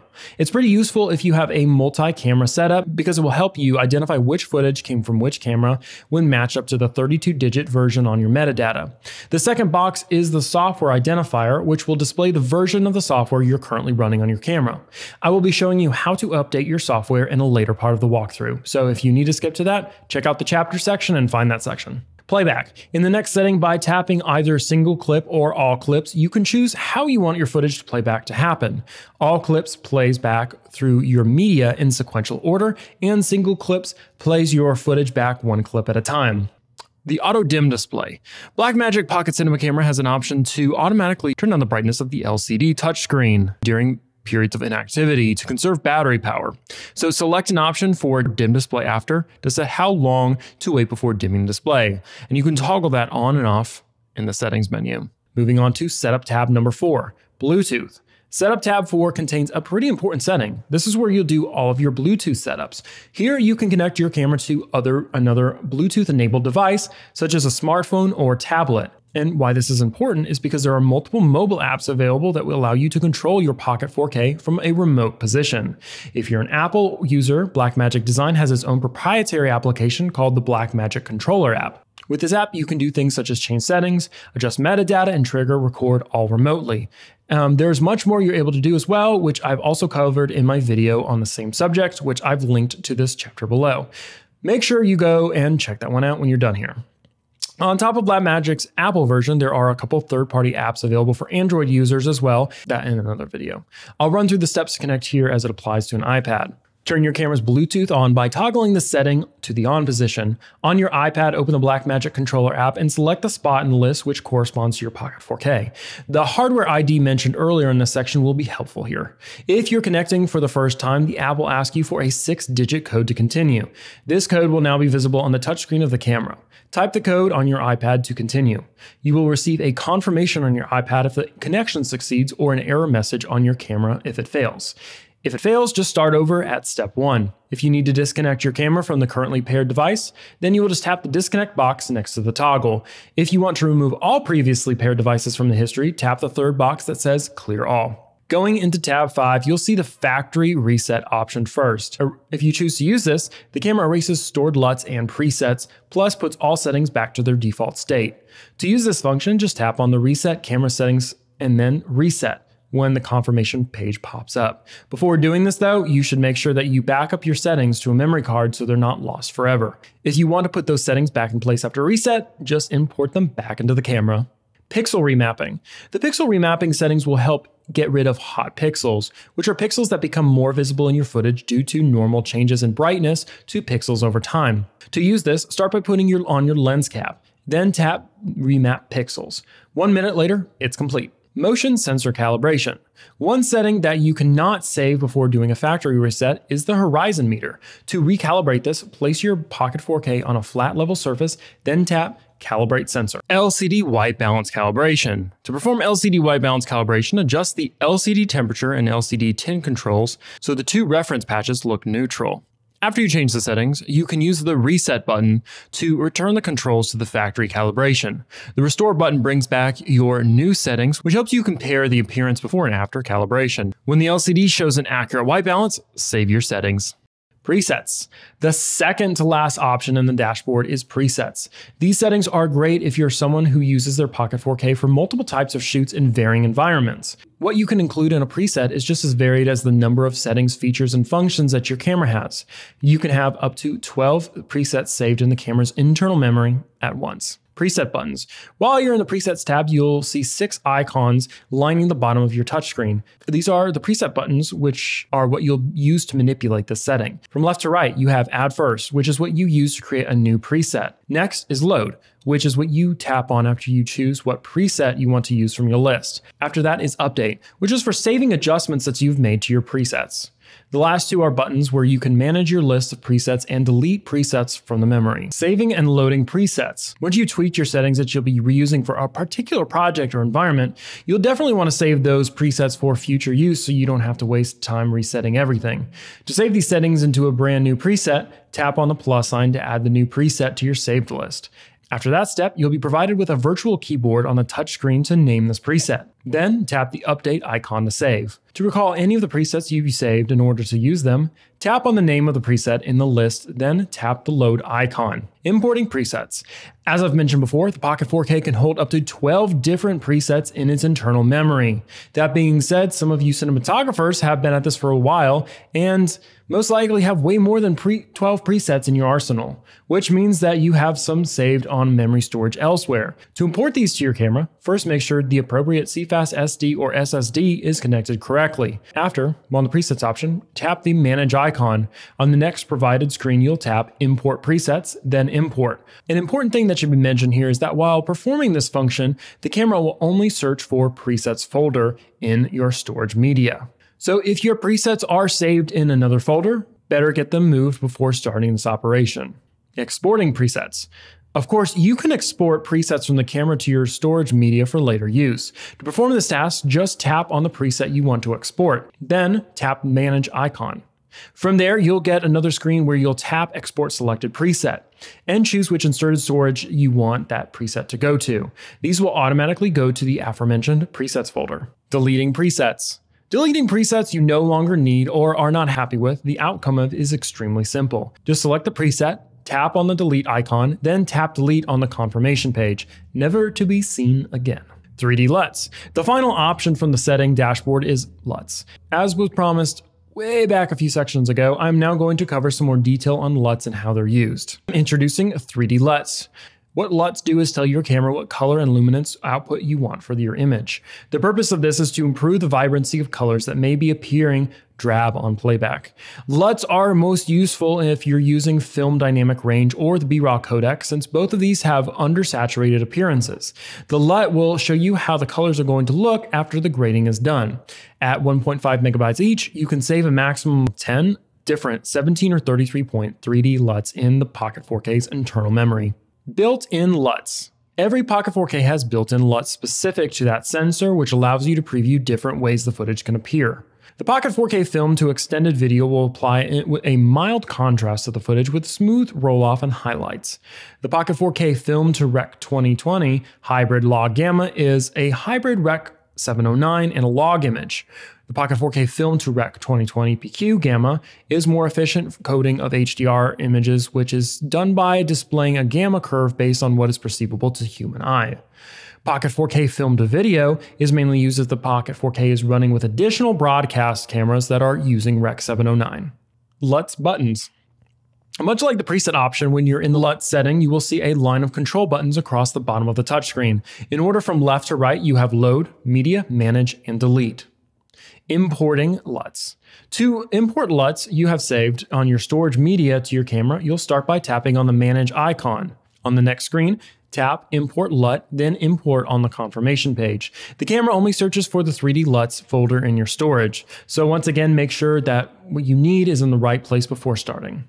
Applying a LUT. To apply a LUT currently loaded into your camera, tap on the appropriate selection from your LUTs list, then tap the load icon. If you want to use the LUT after applying it to all outputs, switch to the monitor option in the dashboard and toggle the display LUT. Exporting LUTs. To export a LUT for later use to your storage media, just tap on the LUT you want, then the Manage icon. On the next screen, tap Export Selected LUT, then choose which connected storage you want it to be placed on.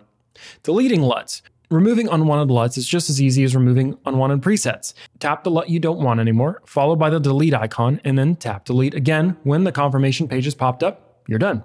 Embedded 3D LUTs.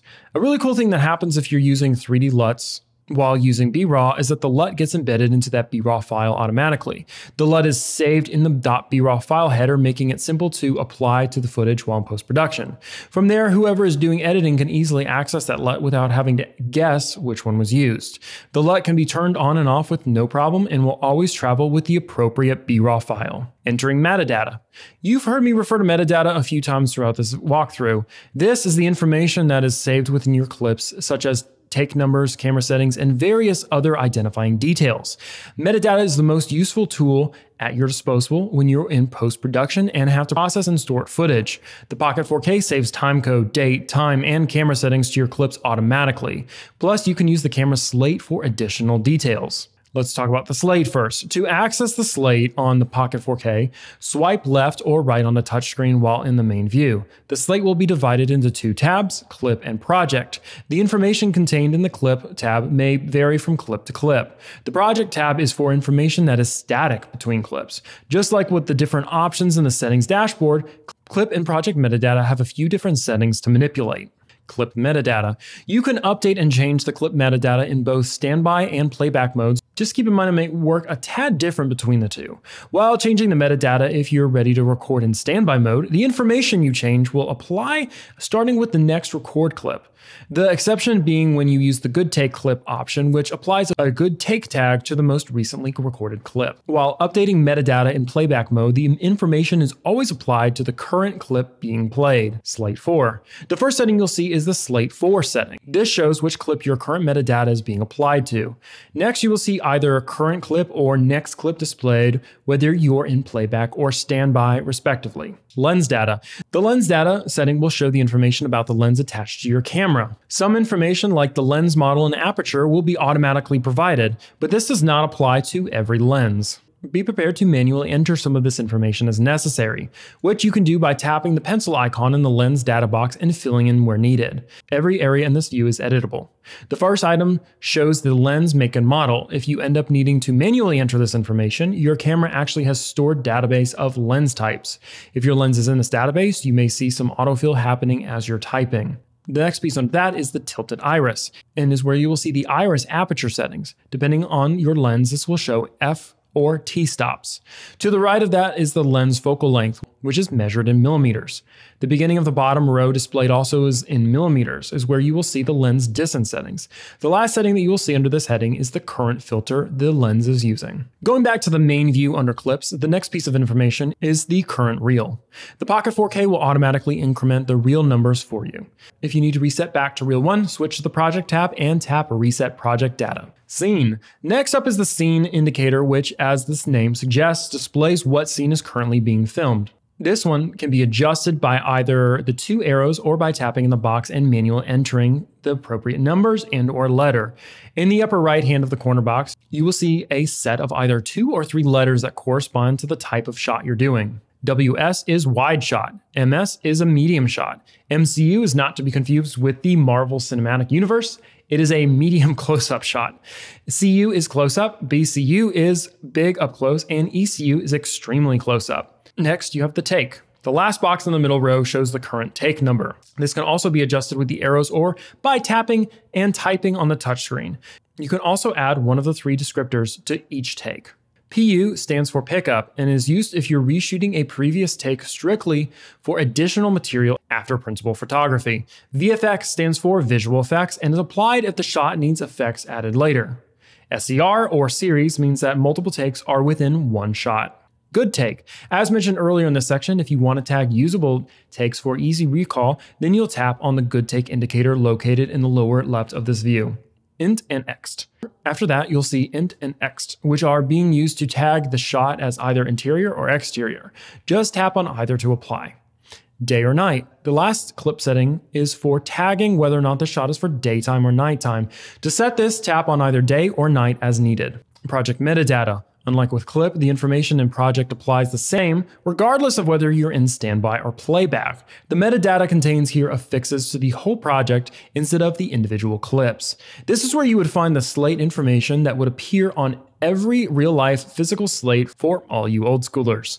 Every setting in this tab is editable using the pencil icon. Project name. The project name setting is where you'll put in whatever unique title you want for your project. Blue Harvest has already been used a couple of times, so I'd go with something else. Director. After the project name is where you put in the director's name. Camera. To the right of the director is where you put the letter you want corresponding to that specific camera. This is mainly useful in a multi-camera setup where you would need this information organized. Camera op. The last spot in this view is where you would put in the name of the operator of that specific camera.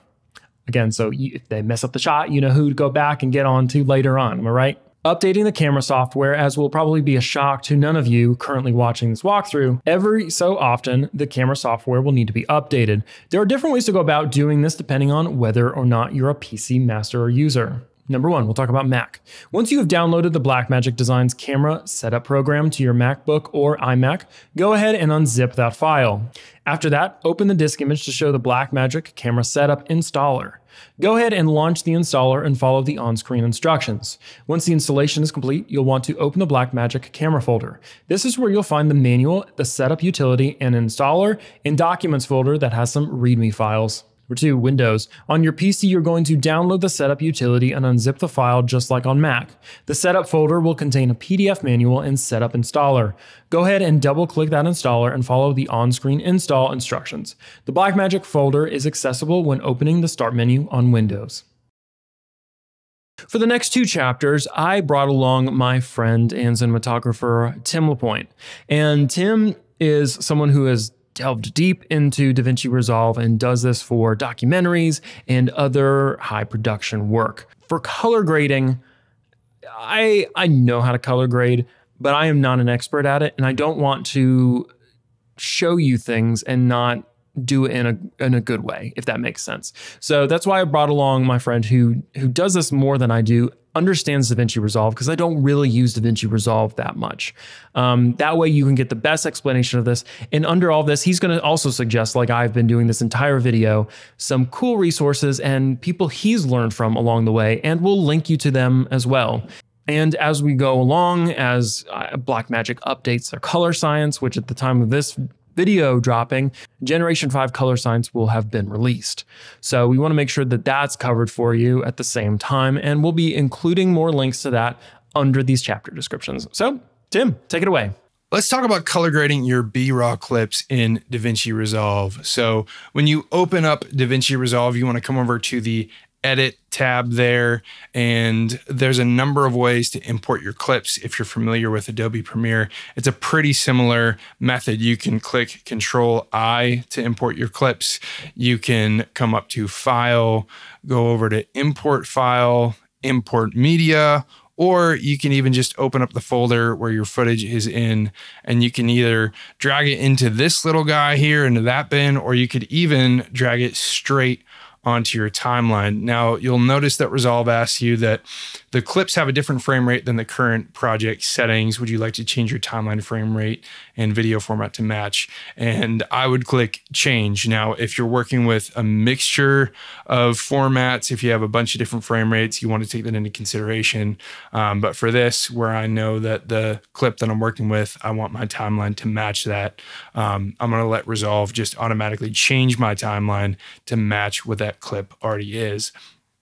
So now I have my clip in my timeline, and you'll notice that Resolve didn't change the project resolution. There's a little bit of letterboxing there, which I'm not too worried about. For now, I will scale this clip up just a touch. And if you're familiar with Premiere, Premiere operates in percentages when you deal with scale and things like that. Resolve is a little bit different. If you look, I'm not scaling up to 110%. I'm scaling up to 1.1 to get that image to fit, because I shot this in the full frame image. So there was a little bit of letterboxing there. So now I've got that clip in there, and I can click over to my color panel. If I was going to edit anything, I would do it in this window here, but I'm going to click over to my color panel. And this is where some people get really intimidated with Resolve, but it doesn't have to be intimidating. Spend some time, fool around with it, figure it out. But we're going to dig into now how to color correct your BRAW clips in Resolve. So if you notice, we got our color wheels here, our curves. You've got what's called nodes up here. Not going to dig too deep into nodes. We'll have some resources in the description below for some colorists that I really appreciate learning from. And there's some stuff there where you can learn more about what the different types of nodes are. But for now, just think about nodes kind of like adjustment layers in Premiere. So if you're familiar with that, that's kind of how these nodes are going to operate. So you can come over here to the camera raw panel. And the nice thing about working with Davinci Resolve and the Blackmagic Pocket Cinema Camera 4K is that both are put out by Blackmagic. So I've never run into any issues with the camera raw panel, where I have had some issues before with Premiere's Blackmagic Raw plugin. So the one thing you can do here is you can change, you come down to decode using project. I'm going to change this to clip.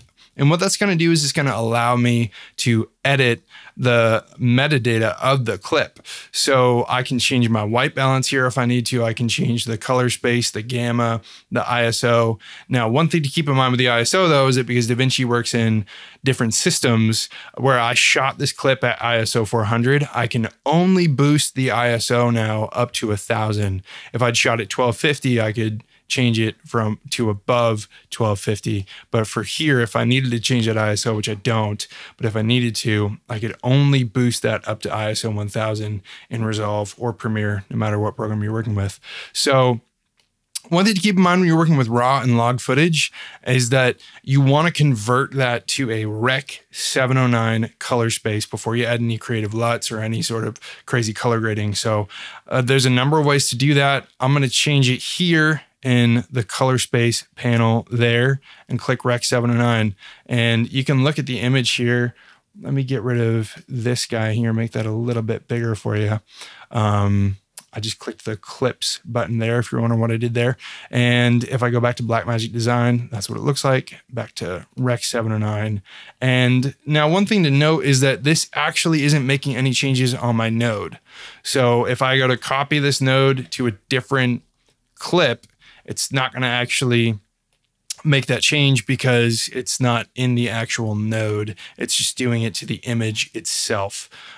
So I've got that changed over to Rec. 709. Now, if I wanted to do this differently, a different way that I could convert it is I could use a conversion LUT. There are some really great free conversion LUTs that convert Blackmagic RAW to Rec. 709, or I could come up to this open effects panel, and there's an effect in here called color space transform that I can drag on there, and I can select my color space that I shot with, which was Blackmagic Design Pocket 4K. And then I can click output color space.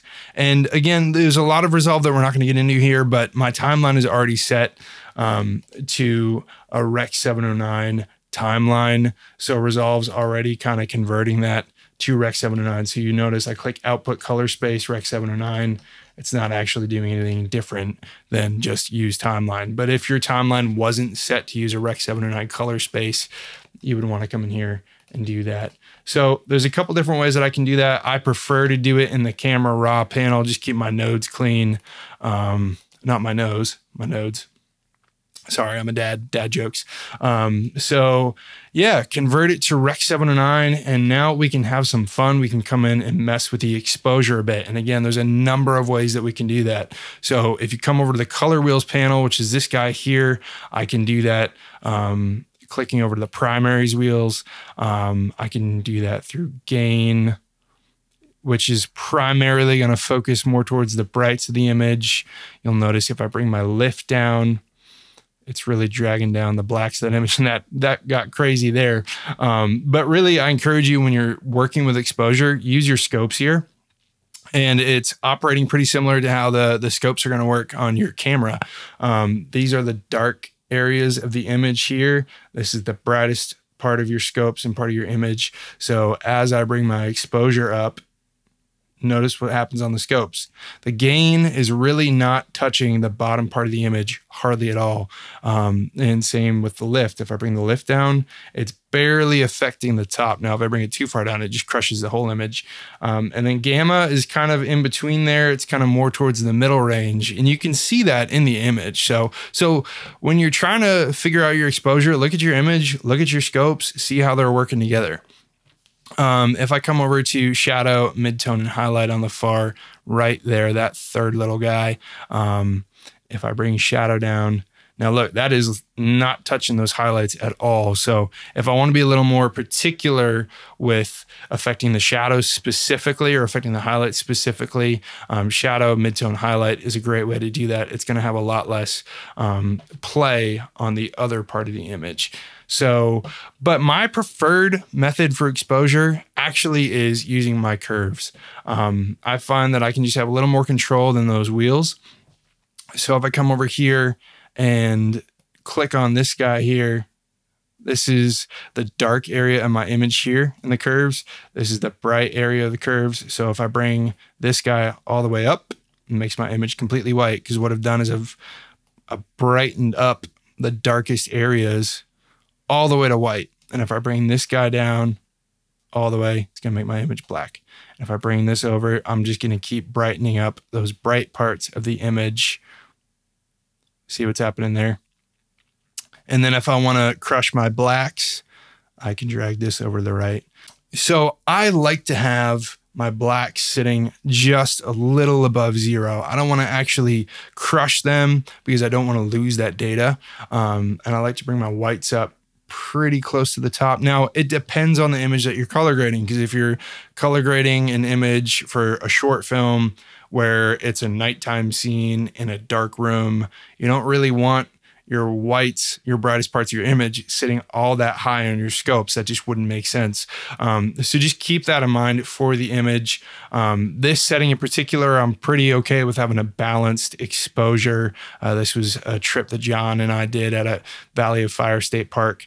And then what you can do on your curves from here is, if you really want to grab like those low mids and darken those up a little bit, you can come in here, grab in that low to middle range of the line, and then this is what's called an S curve. So I brought those low mids down. I'm bringing these higher ends up a little bit. I don't love exactly where those blacks are sitting, so I'm actually gonna bring that over just a touch, mess with this a little bit. And again, I'm looking at my scopes, but I'm also just looking at the image and just seeing what looks right to me. That's the fun part of color grading, is that a lot of it is really subjective. So this looks fairly decent. I'm pretty happy with where this is sitting at. This was just after sunset. You can see some of those colors in there. And so I kind of like it looking on the darker side of things instead of completely balanced and as if it was daylight, because that's not true to what the image actually was. So yeah, I feel pretty good with that. Now, if I wanted to, if I didn't want to use my curves, I can reset this using this, and I can adjust my contrast, bring it in there. And a cool feature of Resolve 2 that doesn't exist in Premiere is that it has this thing called pivot. And what pivot is going to do is it's going to affect where your contrast is stretching. So if you think about what contrast is doing when you watch it on the scopes here, if you take a look at these scopes, if I increase my contrast, it's stretching that top and the bottom equally. Now, if I move my pivot, what it's doing is it's moving that middle point of the scope. So if I move it all the way to the right, that middle point, it's now it's affecting more of the dark. So it's making my image darker. So if I bring it all the way to the left, it's going to move that pivot point higher. So it's not going to stretch the top part as much. It's going to bring the lower part of the image, the darker part of the image, up a lot higher. So that's nice when you have something like, if you have, you know, if I get my scopes in here again and I get my exposure the way I want it, I can bring my whites back up again, not too far. Something kind of like that. So if I have something like that, and then I make another node, which I can do Alt S to make another node. You know, if I'm really not happy with where these darker parts of the image are, I can add some contrast. But if I don't want to make my brights all that much brighter, I can bring that pivot over to the right there. So that way, if I disable that node with Control D, click it back on, it's not really affecting those highlights all that much. It's not blowing them out by increasing that contrast. It's really just darkening up the darker parts. So that's a handy little feature there. So this is just a quick color correction of your BRAW clip. Again, there's stuff that you can do in the camera raw panel to change your white balance if you need to. You can even mess around. I'm going to make another node here with just moving your shadows and your lift into those oranges, or if you want to go for that teal and orange, you can drag your lift over, bring your gamma up into that. And that's a colorful way to play around. Your white balance is in here. Your color boost versus your saturation. Your color boost, if you look in Premiere, they have a vibrance little tool there, and color boost is essentially the equivalent to Premiere's vibrance. So this is a quick color correction. Now, how do we go about exporting this? Let me get rid of this node here to get back to that balanced image that we had. Now I'm going to click over to the Deliver tab down here, and exporting really depends on what you're trying to do. So for me, I'm a colorist, and a lot of times my client needs the highest quality image that they can get to put back in their edit. They don't want to have a compressed image that they're then going to export again.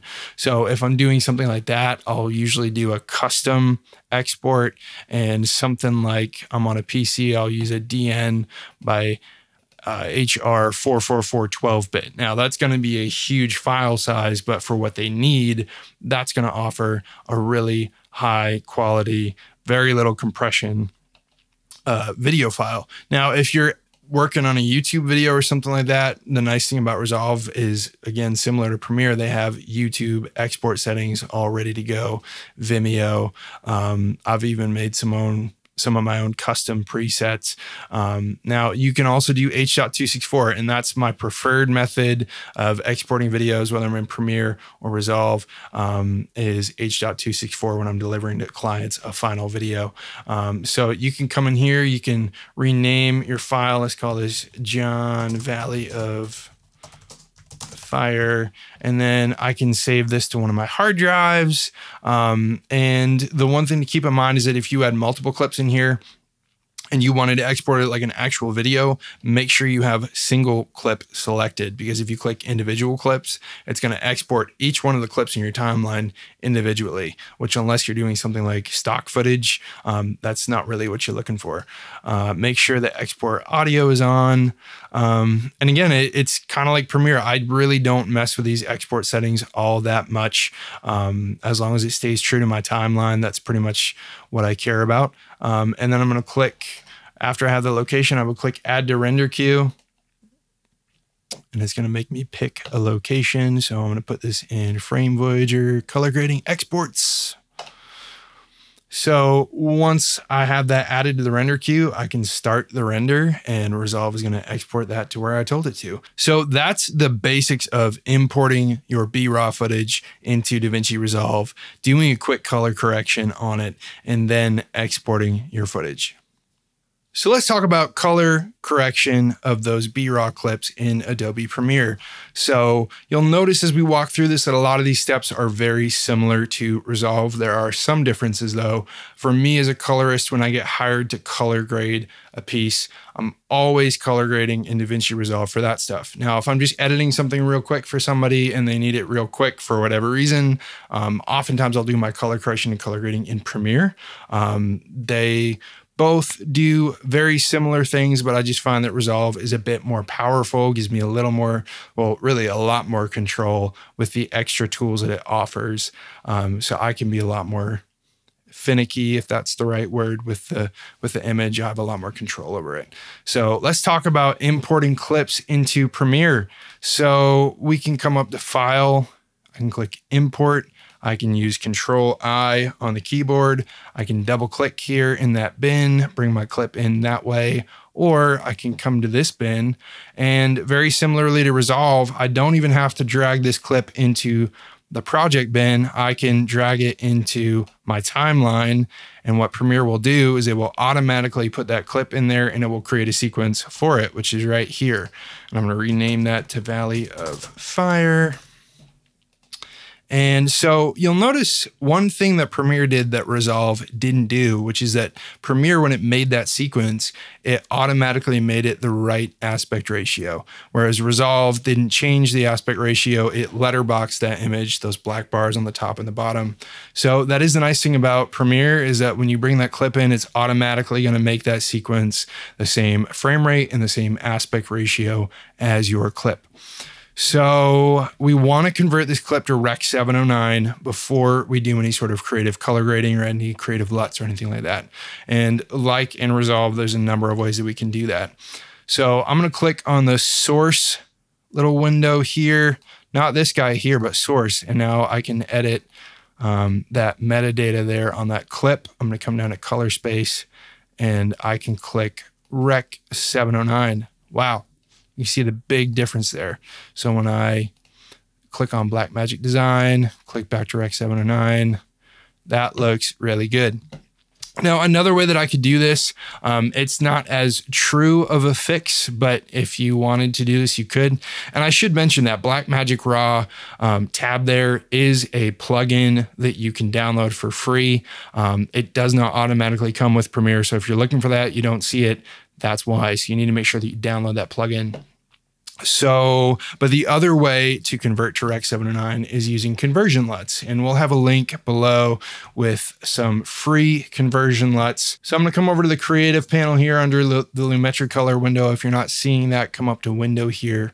Make sure Lumetri color is checked. And I'm going to scroll down to my conversion LUT that I have here, and U-BMD film-BMPC V1 is the one we're going to click on. Now, this LUT is, you can see it's a bit different than just converting the metadata. So I do prefer to convert the actual metadata there and not use Lumetri color to convert it.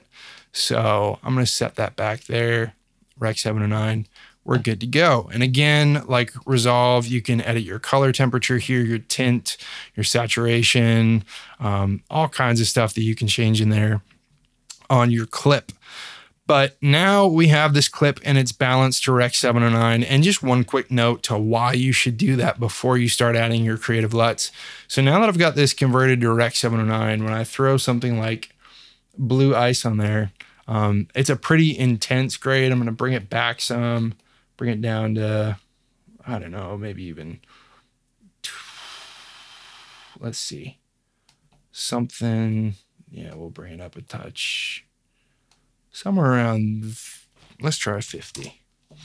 So blue ice is on there. It's got this really cold look to it, but you can see my greens are still fairly green. My reds, you can tell that that's red back there. His skin tones look okay. So it still looks fairly true to what the actual image was. Now, if I didn't have this converted to Rec 709, if I click that back to Blackmagic Design, look at how muddy that looks. And that's what a lot of people will do is they'll throw a creative LUT on top and they're like, why does my image look muddy? Well, it's because you haven't converted that log color space to a Rec 709 color space. So I convert that back to Rec 709 and that looks pretty cool. Now, again, like I mentioned in the resolve part, use your scopes. Your scopes will not lie to you. They're true scientific data on where your exposures and your color sit. So I still can push the contrast a bit here. I see that there. I'm actually going to reset this, turn off that blue ice look. Now, one thing to note here is that I'm currently in the source window. And so what that means is it's going to edit that clip at its very core, meaning if I grab this clip here and bring it into a different timeline, every instance of that clip is going to have those changes to it. So I don't really need that. I'm just going to edit under the Valley of Fire sequence version of that clip. And I'm not going to get too in deep into that, but so now I have this clip that has been converted to Rec 709, and now we can do some basic contrast exposure kind of stuff to it. Now, this is where it gets to be a little different than Resolve. I can use my wheels down here to pull my shadows, boost my midtones if I want to do that. And this is what I mean about where Premiere doesn't give you as much control as Resolve, is that I'm not really seeing like any numeric value to know where I'm really sitting, whereas Resolve, it shows you those numbers to know how far you've gone. So I'm gonna reset that. I can double click on that and double click on that and it'll reset it. If I want, I can boost my exposure this way. I can do that. I can reset that to 0. I can boost my contrast. So it's kind of pretty similar to Resolve, but again, there's just not as much control. I could bring my blacks down. Now, one thing I've noticed with Premiere when you bring your blacks down is it is very, very quick to crush those blacks. So see, I'm not bringing this down even that far and I've already crushed those blacks and I'm losing data. Again, my preferred method of getting proper exposure and contrast in my image is using curves. And so I'm gonna grab on this guy here, bring my blacks down, again, sitting just above 0, just above there. And then I'm gonna bring these guys over. Wanna make sure that they're not peaking. See, if I bring that too far, back in those clouds there, they're starting to peak, they're starting to clip, and I'm losing data. So right about there looks pretty good. Again, I'm gonna make another S curve. One thing you wanna look at in this image, so I'm gonna undo that point, is that John's skin tones are pretty dark. And so what happens if I grab too far up in this low end is that I'm actually darkening his skin tones more than I want to. So you notice if I bring that point down and I kind of go more around there, I'm darkening up those darker parts like his coat and stuff like that, but I'm being really protective of his skin tones in there. And so now I can come up and boost those highs a little bit. And that looks pretty good. I'm pretty happy with where that exposure is sitting at. Again, those blacks aren't clipping. We're not clipping up there. Everything looks pretty good. And again, like we talked about in Resolve, this was shot after sunset. And so I'm not looking to make this super bright. Now, if I want to tweak this, I can come back up here and mess with my contrast if I want to, or, you know, if I want to bring those highlights back even more, I can do that to give it a even more muted look. So I can do that. If I want to mess with my saturation, that's here. I can boost that. I can come into the creative panel here. There's a lot that I can do with sharpening and all that. Again, we're just kind of going over basic color correction, but there's a lot of different tools here. And these panels here are also in Resolve, the hue versus saturation, the hue versus hue, hue versus luma. And there's a lot that I can do there. Like if I want to really bring out those reds in there, I can do that and kind of mess with the saturation of those. There's things that you can do. Like if I wanted to really bring out the blues in here, I can make a point here and a point here, and then grab in the middle there, grab these blues and really bring those up. Or I could, if the blues were too much, I could bring them back. I mean, something like that looks kind of cool too, because it really is muted and kind of helps those reds pop a little more now that I've pulled some of the blue out. So there's a lot that you can do here. Again, I really encourage you, mess around with it. That's where I've learned a lot about color grading, is just learning what the tools do. And then when you ask yourself, oh, wait, yeah, if I really want to bring the blues out, how do I do that? Well, because you learned the tool, now you know how to do it. Now for exporting, it's the same that you would do with any normal video in Premiere. So if you're familiar with that, great. If you're not, you can hit Control M, or if you want to, you can come up to File, Export, Media. And I'm typically, when I'm exporting from Premiere, it means that I'm done with the video. And so a lot of times I'm just using the H.264 codec, match source, high bitrate. That works really well for me. Or if I'm uploading it to my Vimeo channel, I'll do Vimeo 1080 or Vimeo 4K. There's a lot of stuff in here, a lot of codecs. If you're looking for exporting like a really high quality color, sometimes clients have wanted me to use QuickTime and then the Apple ProRes formats there. So it depends on what you're trying to do. The YouTube codec works really well for YouTube. The Vimeo one works really well for Vimeo. And then again, if you're looking for something that's far less compressed to export a color graded clip to send to someone to use in their edit, something like that Apple ProRes codec might work well for you. So yeah, I mean, I'm going to use H.264. Match source, high bitrate, that works great for me. If you've already rendered it out, you can click the use previews there. I'm gonna click on this use maximum render quality, and it's kind enough of Premiere to tell us what that does. It's gonna give us better quality scaling, but increases the encode time. So it's gonna take a little longer to export. And if I wanted to bring this clip back into Premiere for whatever reason, like let's say I edited the video and then wanted to use that edited video in my project again, I could even click to have it import back into the project. Don't need to do that now because I'm just exporting this one clip, but just gonna come down here, click export, and boom, there it goes. If I wanted to, I could click Q and it would send it to Adobe Media Encoder, and I could export it that way. But it's pretty straightforward as far as exporting goes. So now we've covered importing footage into Adobe Premiere. We've covered the basics of color correction in Adobe Premiere, and we've covered exporting. And if you have any questions, feel free to comment below or reach out to me. I'd be happy to try and walk through those steps and help you figure out color correction and color grading. To me, color grading is super, super fun because you really have a lot of power over the emotion of the image just in what you do with the color. You know, if you make a really cold image, you can make it feel very lonely and desolate. If you make a very warm image, it can bring a lot of joy and happiness to the image. There's just a ton that you can do with color grading and color correction. And so for me, it's a lot of fun. Thanks, Tim. That was great explanation of how to color grade in both DaVinci Resolve and in Premiere, just to make it easy for you. So if you have any questions, feel free to comment below. And if I don't know them, I'll pass them along to someone like Tim, or we'll find you information on them. This camera is so versatile when it comes to how you set it up. There are so many different ways that you can rig this camera, up from run and gun style to full on movie set rigs. And while I'll only really cover how I set up my rig for run and gun shoots, in particular for travel settings, I've also included a ton of other links on other rig examples under this chapter. Let's talk about my rig first. So And I have a full video I did on this that shows how I put it together, all the pieces for it and stuff like that. And I'll include all the links for how I build this out. Basically, I use a small rig system, a small rig cage system. That's the backbone of this entire thing. It's cool because it has like little small compartments for hex screws and stuff that you can hide it because you know you're always looking for it.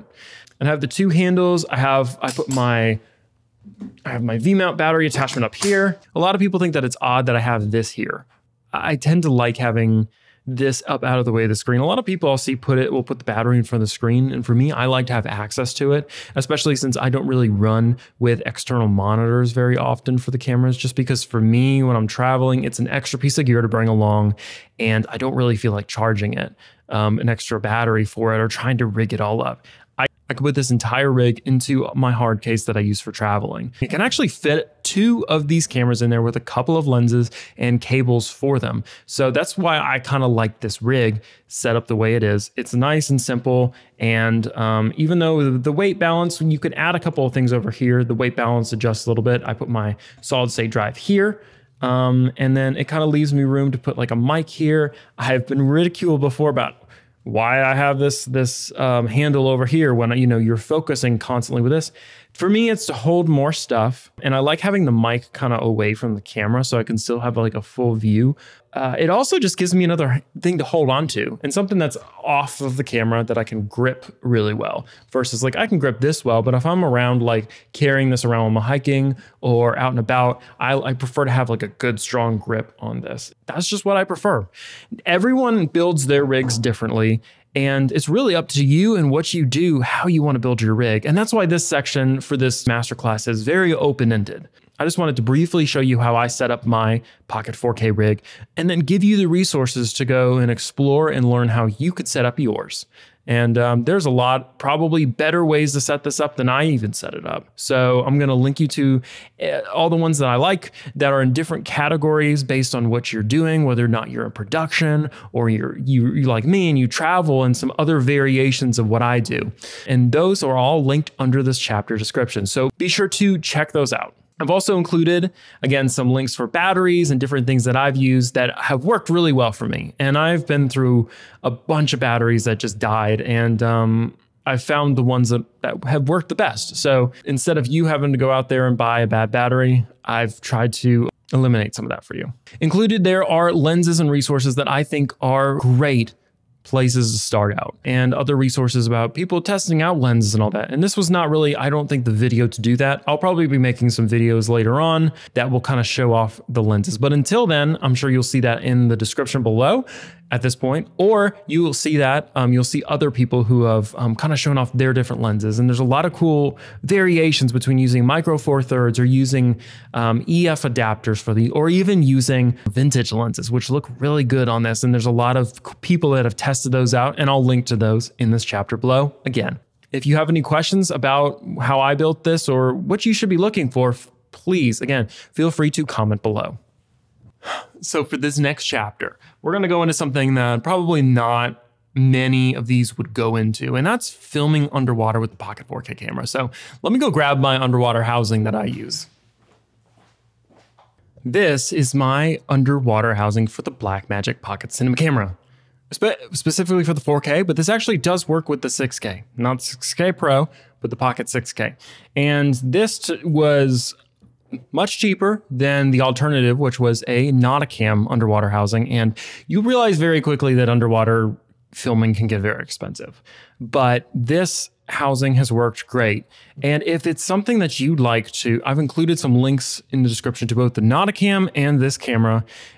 If you'd like to get started filming underwater, if you're already an avid scuba diver that loves the Pocket 4K cameras, they work great underwater, and having the dual ISO and the ability to adjust things in post is phenomenal for when you're filming underwater. Some quick tips that I can give you.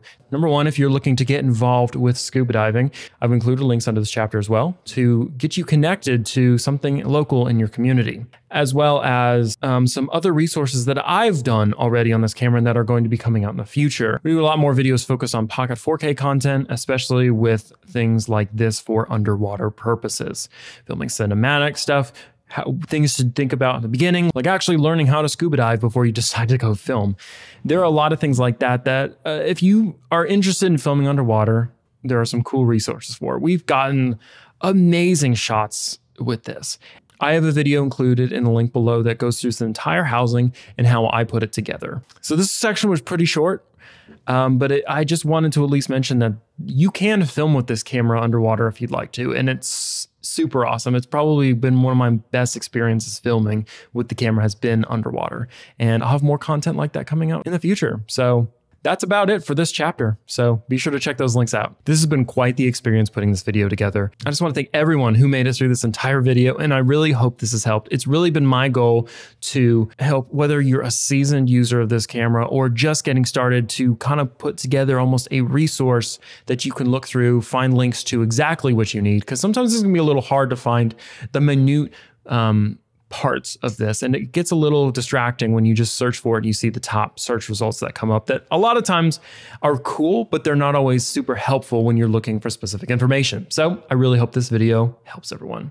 Also, under this chapter heading, I've included other helpful links to the Pocket 4K camera that we were not able to cover in this video. There is always something that we missed or forgot about in any video like this, but we wanted to make sure that you will still have the resources to be able to find it. If you have any links or think we're missing something that should be displayed, please let us know in the comments below. We'd love to include them, even if it's something you filmed that you believe would be helpful. We'd love to add it.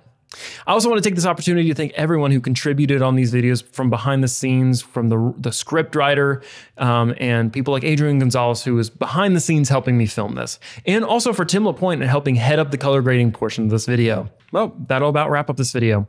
As always, feel free to comment if you disagreed with something, or you agreed with something, or you have any questions. We love to hear from you all. Until next time, this is John Owens with Frame Voyager.